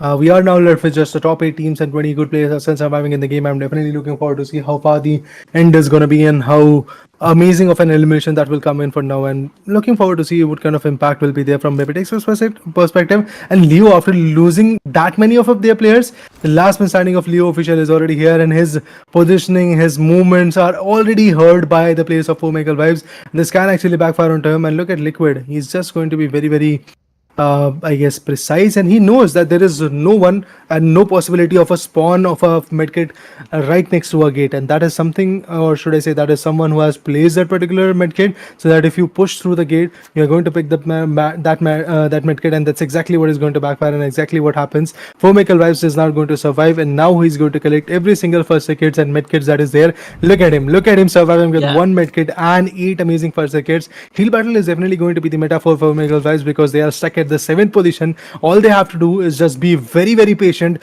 get as many as placement points as possible, and in order to seek those finishes, I guess it can backfire. But for now, Raw Official is also looking forward to do the similar thing. One good player is going to be outside the circle who is going to heal himself till the end, till the eternity, or maybe when he's going to get picked off. That is going to be a situation. Other than that, MABETEX is also trying to make a way in the circle, but while making that way, they might just get obstructed by the players of ESPORTS because of these angles that the ESPORTS is able to hold. Let's see, man. Talking about the side of bot gaming and this team of ESPORTS, they are able to hold this vicinity pretty well. But right now, all of the teams can come in from any kind of corners. But there you go, MABETEX pushing in from the southern side. We can see Roy Sports coming in with 3-man squad. NB Esports are also there. I feel like yes, this can be the game of NB Esports on how they are approaching the overall. But we are seeing heavily doing this very kind of a prone walk, I would say. But hey, he just jumps in. He doesn't even cares. And there you go. I would see Esports getting eliminated at the number 7 spot. For Mercial Lives, also trying his level best to survive upon to get the maximum number of placement points possible. Talking about the side of MABETEX Esports, Nap Desert on the other hand, trying to cook a nade, maybe able to get one, but no, it gets eventually shut down from the Zautek on 18. There you go.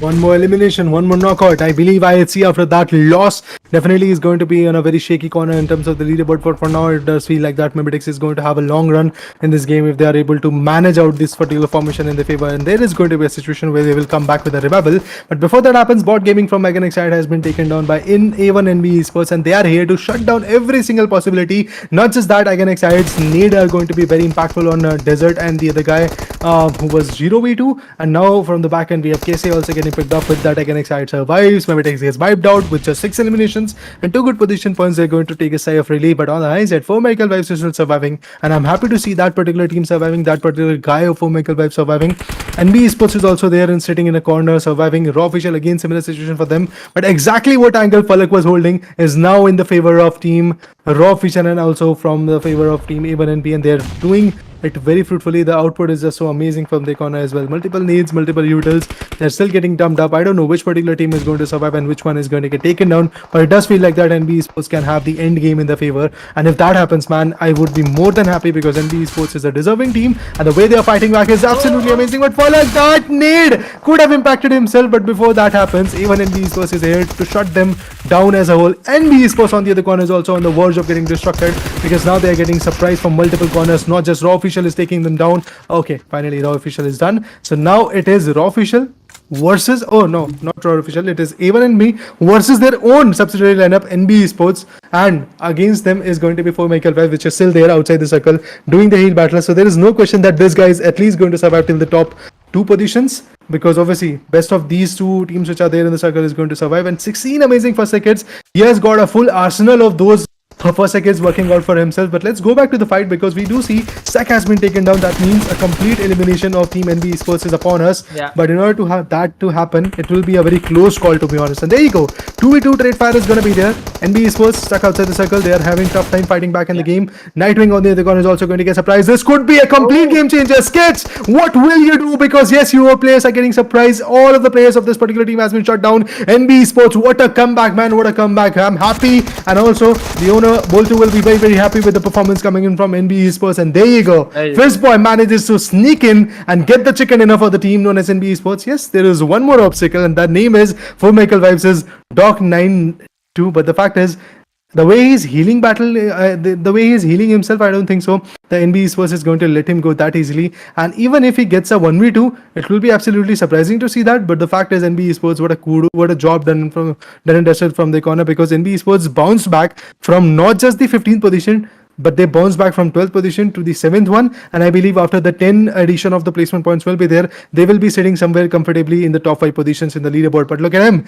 he spots Fist Boy. Yes, he has been spotted. If he gets spotted in turn, things will be very, very difficult for Doc. But let's see what Doc is going to do. He is waiting very patiently. He does know that the pixel peaks can be coming in pretty soon. On the hindsight, Sinister is also sneaking up, and Sinister, to be precise, is going to be the sneaky guy for the team. Fist Boy is the one who is going to be a bit more aggressive. But the fact is, 3 more first aid kits, and then this guy will switch on to his guns and maybe take 1 or 2 play down.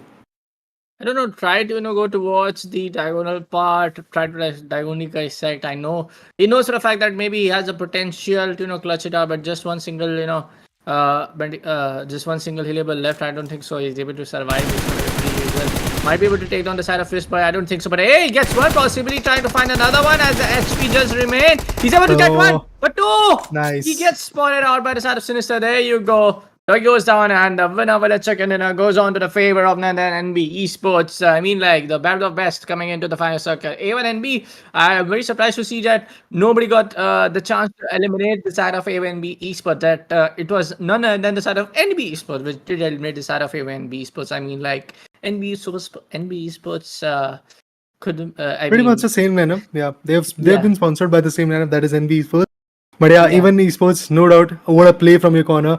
I mean, back-to-back synergized performance, and back-to-back the kind of comeback that was there from even NB Esports was also mesmerizing. But at the end, as we did saw, NB Esports giving out that comeback, which was needed, to be honest. If that comeback would have been not there, maybe there was a possibility where NB Esports would have been eliminated from the grand finale. But the fact is, yes, they are going to be for sure qualified. And also, guys, remember, tomorrow is going to be a gap. Tomorrow is going to be the off day for this amazing LIDOMA SA versus SCA Open Challenge.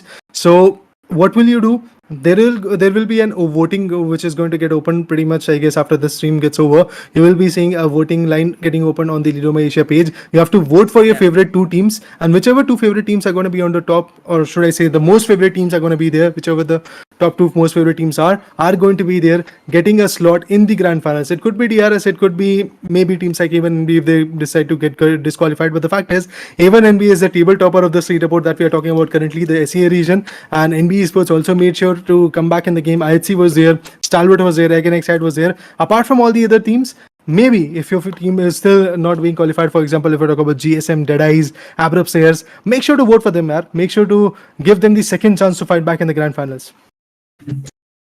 Yeah, man. Talking about the side of NB Esports in this matchup, 10 positional points coming in, 40 elimination points, total points it's going to be 24. Talking about the side of A1NB, doing jobs pretty well, 7 elimination points, 5 position points, total points of 12. Rock Esports, 4 positional points, 7 elimination points, total of 11 points, 4 MV, 6 positional points, 3 elimination points, total of 9. MAB Esports, 2 positional points, 6 elimination points, total of 8 positional points coming from the side of AGXI 8. It's going to be 3 positional points, elimination is going to be 4, and total of 7. I mean, like, yes, 4 Marshall did a very good job of getting at the number 4, but after that, it was just, STALWART to get some good kill points. But some of the teams were still struggling, so some of the teams were still trying to figure out how you can get some kills. But nonetheless, man, this was the first game. But yes, talking about the side of DRS Gaming, actually DRS Gaming, like you told, when there's someone coming in for a substitute to fill up the shoes of DRS in this tournament. So I do feel that yes, DRS are still trying their level best, but anyways, they were getting eliminated pretty early. Talking about the side of CMFxGSM, they were also proving on to be very brutal on the previous day, but today wasn't their very best of the game that we see usually. Yeah, definitely there were some hardships for the particular team, and that's why I guess teams went out way too early, beat STALWART Esports, because STALWART Esports was trying to take up a fight against IHC. IHC decided to take a toll on them, and eventually things backfired onto the team known as STALWART Esports. If I talk about Venom Deadeyes, yes, they were also being very effective and aggressive at the same point, but those DBS, man, nobody leaves behind. Nobody lives when it comes to the DBS picks coming in. So again, XI definitely was able to completely change the game. And that nade, look at it. One good nade, two good players, go kaboom, and there you go. MABETEX Esports all of a sudden was on the back foot, and from the back ends we had the last player of Bripsays also trying to bounce back in the game, but at the end, even in B Sports, his sketch was the last one surviving. But dog, even before going out of the equation, he was able to, I guess, get at least 3 points of that particular elimination. Even in B Sports, after getting 3 good chicken dinners in 3 days, that's a very good average. They've got 134 points. That's a massive jump for them. Again, side on the other corner with just 1 good chicken dinner in their favor. Kudos to this energy, man. Even if you have just 1 chicken dinner, you were able to get at least 78 eliminations. That's a good job done and dusted. And if I'm not wrong, that's the highest amount of elimination any particular team has got, because they have secured 78 eliminations. So there's another record for you guys. 111 points. STALWART Esports 108, NB Esports 105. Same goes for IHC Esports, pretty close to them, like 103 points for them, Kara. But yes, NB Esports, look at them, from #12, #15 to #4. What a journey these guys had. Yeah, let's also talk about the side of IHC Esports. The team was leading in from day one, now getting suppressed at the number 5 position with just one chicken winner chicken dinner, 30 positional points, 73 elimination points as well. Commercial Vibes coming with 73 too. Talk about the side of ASL DC, 55 elimination points, 30 positional points to win with a chicken dinner. UA Esports with 0 win with a chicken dinner, 27 positional points, 52 kill points on board with a total of 79. Rise Sports with 1 with chicken dinner, positional points going to be 33, elimination points going to be 43. A lot of teams were trying their really best. A lot of teams did got to manage out to eliminate some bigger names that they were in the top 5, top 6. But overall, I feel like for Mercial, could have been a better performing team with looking at the overall scores. Deadeye guys also did a tremendous job at the map number 2, map number 4, but still struggling to get a markup done, to make up a mark on any of these specific maps which happened for the last 5 maps. Yeah, definitely. The last 5 maps were, I guess, let's say, quite interesting, to be honest, because we did saw a complete, let's say, evolution of a lot of teams. But let's talk about the top fraggers. It is going to be NB Esports' Fizzboy with 27 amazing finishes. This is not one of the first time where NB Esports have showcased this kind of talent, but Fizzboy, what a play from his perspective, man. What an amazing job done and dusted.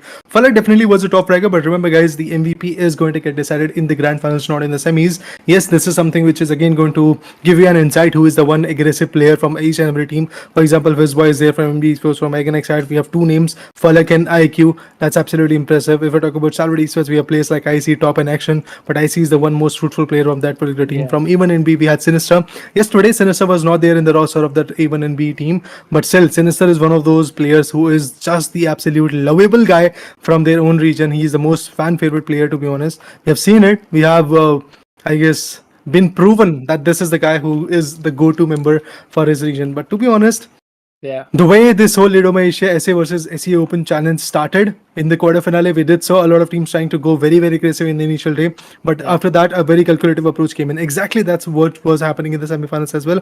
Started with a very aggressive note, but for now, I guess at the judgment day, should I say, of the semifinals, things changed and took a very, I guess, let's say, easy pace, to be honest. But anything to add on, Bullet, before you go out?